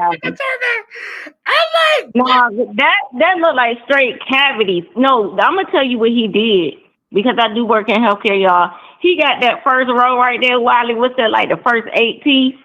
but not everything. And then the back, that's all his old teeth, and they need to I'm sorry, Wiley, they need to get filled because they cavities. Oh, he need at least 10 fillings from what I see. He need to get him some dental insurance over here to fill the back of them teeth. Look at that. Oh my God, how was he even eating? I swear to God, when he eat, he cannot chew ice. But I know when he drink anything cold, them teeth is done in the back. That's why he be having all them toothaches. Yes, look at Wiley. Look at that. I'm looking 1, 2, 3, 4, 5. It looks like he might be missing a whole tooth back there. I know he needed. I'm posting it in members only so the members get to see it. Yeah, oh my God. Why, Armon? It look like he got a whole denture plate in the front. This is horrible. I just posted it in members only. Wiley, and then why do the fake teeth, why are they so thin? Wiley, I'm not playing with you. Because someone sent me this screenshot. And if you want to see the picture, you can cash out me your number, $5, and I'll show you the picture. But the members, y'all get to see it because y'all already a member. See how the front teeth, they're just going, and it's just like a bridge, but it's like the back has no. It's like y'all got to see the picture because it's just like a white bridge connecting to these bad teeth. Oh my God! Because a producer just sent me that, and I'm lost for words. I'm lost for words because you know he had to go out of the country to do that. Nobody in America would do that. Wiley, them teeth are thin. And the fake teeth are thin. Get the cavities and get all that stuff, fillings and stuff first before the veneers? Why not do that first? Take a lot of money. Like I got. But he said he rich. He said he rich. He said he got Prada, Gucci. He said I'm a slew foot. What did he call me? Someone did screenshot. I mean, they did type it again. this is the preview. Somebody said I'm a slewfoot. What did he call me? He said, well, he rich enough to do that, but he not rich Slewfoot. enough to buy American teeth. Right. He called me a slewfoot weirdo. That's what he called Did he me. get that from Storm? With Did he get that from raggedy. I'm just saying, like, but why wouldn't you get that work done first before the veneers? Like, that's like exactly. Yeah. But this what I'm saying. Don't give me them little thin paper. They don't look a fingernail. That's how thin they are. And then the back of his teeth so thick. If you That's want why to see he the always picture, got a toothache. if you want to see the picture, cash at me, $Marquise28. Put your number in the memo, and I will send it. Or you can Zelle for your number, and I will send you the picture for $5. Members already got it because I already posted for the members. A good dentist will address the cavities. Literally, they're so thin. No wonder they're breaking. And I wonder if Toxic K is the same way too. That's y'all always got something wrong with y'all too. And you Americans, yeah, they're gonna charge you what they're supposed to. Y'all going over there getting them thin teeth. Yikes. But go ahead, well, let me let somebody call me. Yeah, that's it. Baby, my chicken is on. I'm tired of your chicken. When I got out, right, when I get a wife, okay, you in a relationship now, so you can't be miserable. You already taken by a young man. Don't do that. Don't do that. So, but my thing is, I was glad that I took a nap because I came home and I got off work, whatever, and I had said, let me go ahead and take a nap and prepare for the show because I was really, really tired because I work in like housekeeping and laundry and all of that. And people say, why are you doing that? I like to work in healthcare. I love my job. Sometimes I like being a CNA. Then I pick up shifts like on the weekend as a CNA. But I was tired because, baby, I'm working because I do my job. And I don't be on my phone. They said, well, you don't be on your phone. Like, when I'm at work, I'm at work. You can't be on your phone. You a CNA. What are you talking about? What'd you say? You can't be on your phone. You in healthcare. No. I don't like to use that as a distraction because I like to get my work done, baby. I'll be on my phone once I clock out. When I'm on the break, I get on. But I don't try to be on. I try to do my work. I try to do because when you go get up out of there, that predominantly white, and you just the only black man that is there. I'm the only black man that is working. The only black, other than the guy in the kitchen. You stand out. So I'm not gonna just be on my phone, and I'm a big black man, right? So I'm just doing my work, blah, blah, blah, so I can leave on time. You know what I mean? So I can leave on time. Yeah. I don't want to be distracted because when you get on the phone, you get really, really distracted, and you don't want to hardly do your work because you get distracted on Instagram, Facebook. So when I go on my break, I go up on there, talk a little my ish for about 10 minutes, eat my stuff, and then go back and do my work so the people can get their laundry. And then the people was like, oh, I see people getting their laundry. Whatever job I do, I try to do my best. And because one day I will own multiple facilities, like a assisted living facility, long-term care facility. So I need to learn how to operate from the housekeeping, from the CNA, from the nursing, from the administrative. I know eventually once I become a millionaire in the next 3 months, I will be putting money because that's instant growing. That's government type of money. Instant type of break. Yeah, and they need a lot of help. My best friend mom bought like a house, and she turned it into take like care of the people. Yeah, like I would in love that to do house. that too. Yes, own a couple of houses and rooms and do all this stuff. So yeah, absolutely. So the bill said 3 months. Yeah, 3 months. Woo! And look at y'all. Okay. All right. Well, I'm supposed to be in bed. I know I'm supposed to be in bed too and stuff like. But you work from home, right? So you good. You just got the only thing you got to do is roll out of bed and drink you some coffee. You in there? Yeah, that's great. Your man over there, but man over there, he over there. So you can. He on the couch sleep. Oh. Okay. Nah, because he just got a new job. I'm like in medical transportation. He about to come in, so okay, cool. No, he not, because I gotta grade these planes in the morning. Oh, okay. I'll still be. I'm like, man, we'll worry about the morning when we get up in the morning. What What you talking about? Because when I got on work, I don't care. I'm single, and the thing that really got me not having children and being with like men, just with. Whenever I learned the power of self-pleasure, that's good. It's less stressful. And about once I got on work, baby, I was good. I slept like I just slept good. dream good. Woke up, drunk me a cup of coffee, and I said, we got to get on to some things. And so I love that. I just feel like I really, really love me. You know what I'm saying? Yeah. I don't mind having a relationship, but if I don't get it, I ain't gonna wait. I can pleasure myself. Because, you know, some people just get a relationship just for love making. But for me, man, what's up here? I had a good time. I slept real good. I got up at 6:30. I put my alarm clock on. My Alexa came on with my good music.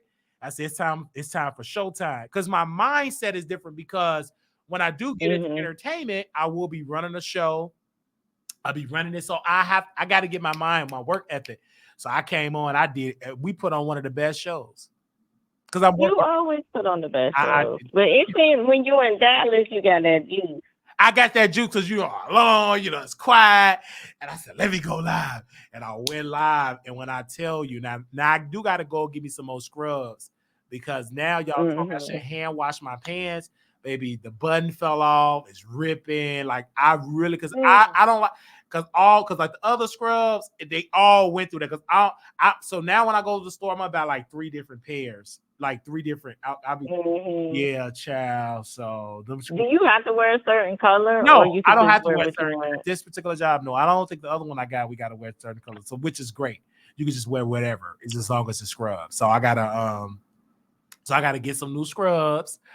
So I meant to do that today, but I was tired when I got off work. I got in my bed, man, and I said, listen, I'm gonna go take a nap. I went on station here, so let me take a nap, because I knew everybody was gonna want to see me today, and this was an iconic night today, because Armon Wiggins and them Raggedy Teeth was gonna be live. So, I'm gonna do Amazon, because going to the store is very expensive. So I said, let me go live.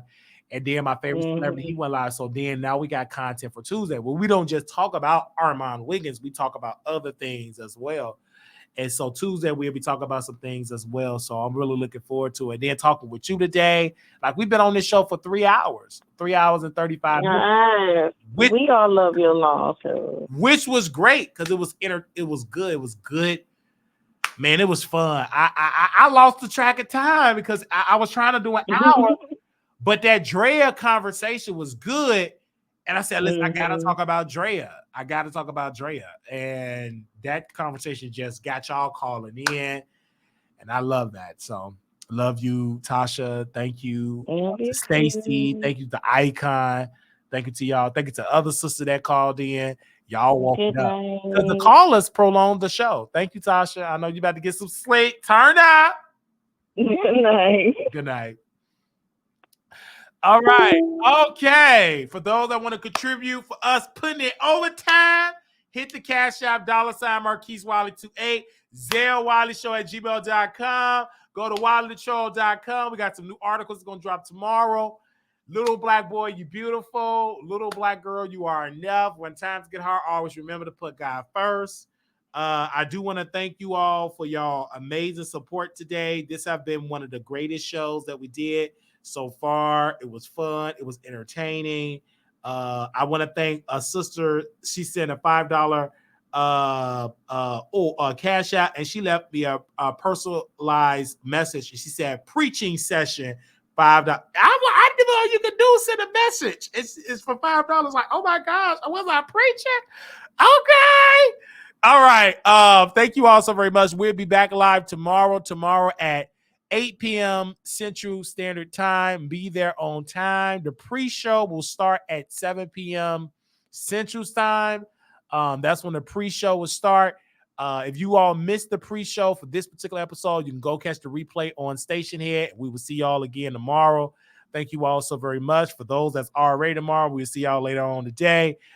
This will air again at 11 a.m. Central Standard Time. So for those that were not able to see it live, you will be able to see it for the replay again. Thank you all so very much. And also, we put out a poll and we asked, was Draya, what was the poll that we put out? It was about Draya. And I'm trying to say, okay, I asked a question. Do you agree with Drea for getting pregnant by a rich 22-year-old man? 39% said yes, 61% said no. So that was the poll right then and there. But we want to thank you all for your amazing support. And we will see y'all in the next broadcast. If you want to become a member because every Saturday we do our members only. Thank you all so very much. And we will talk to y'all soon. Bye-bye.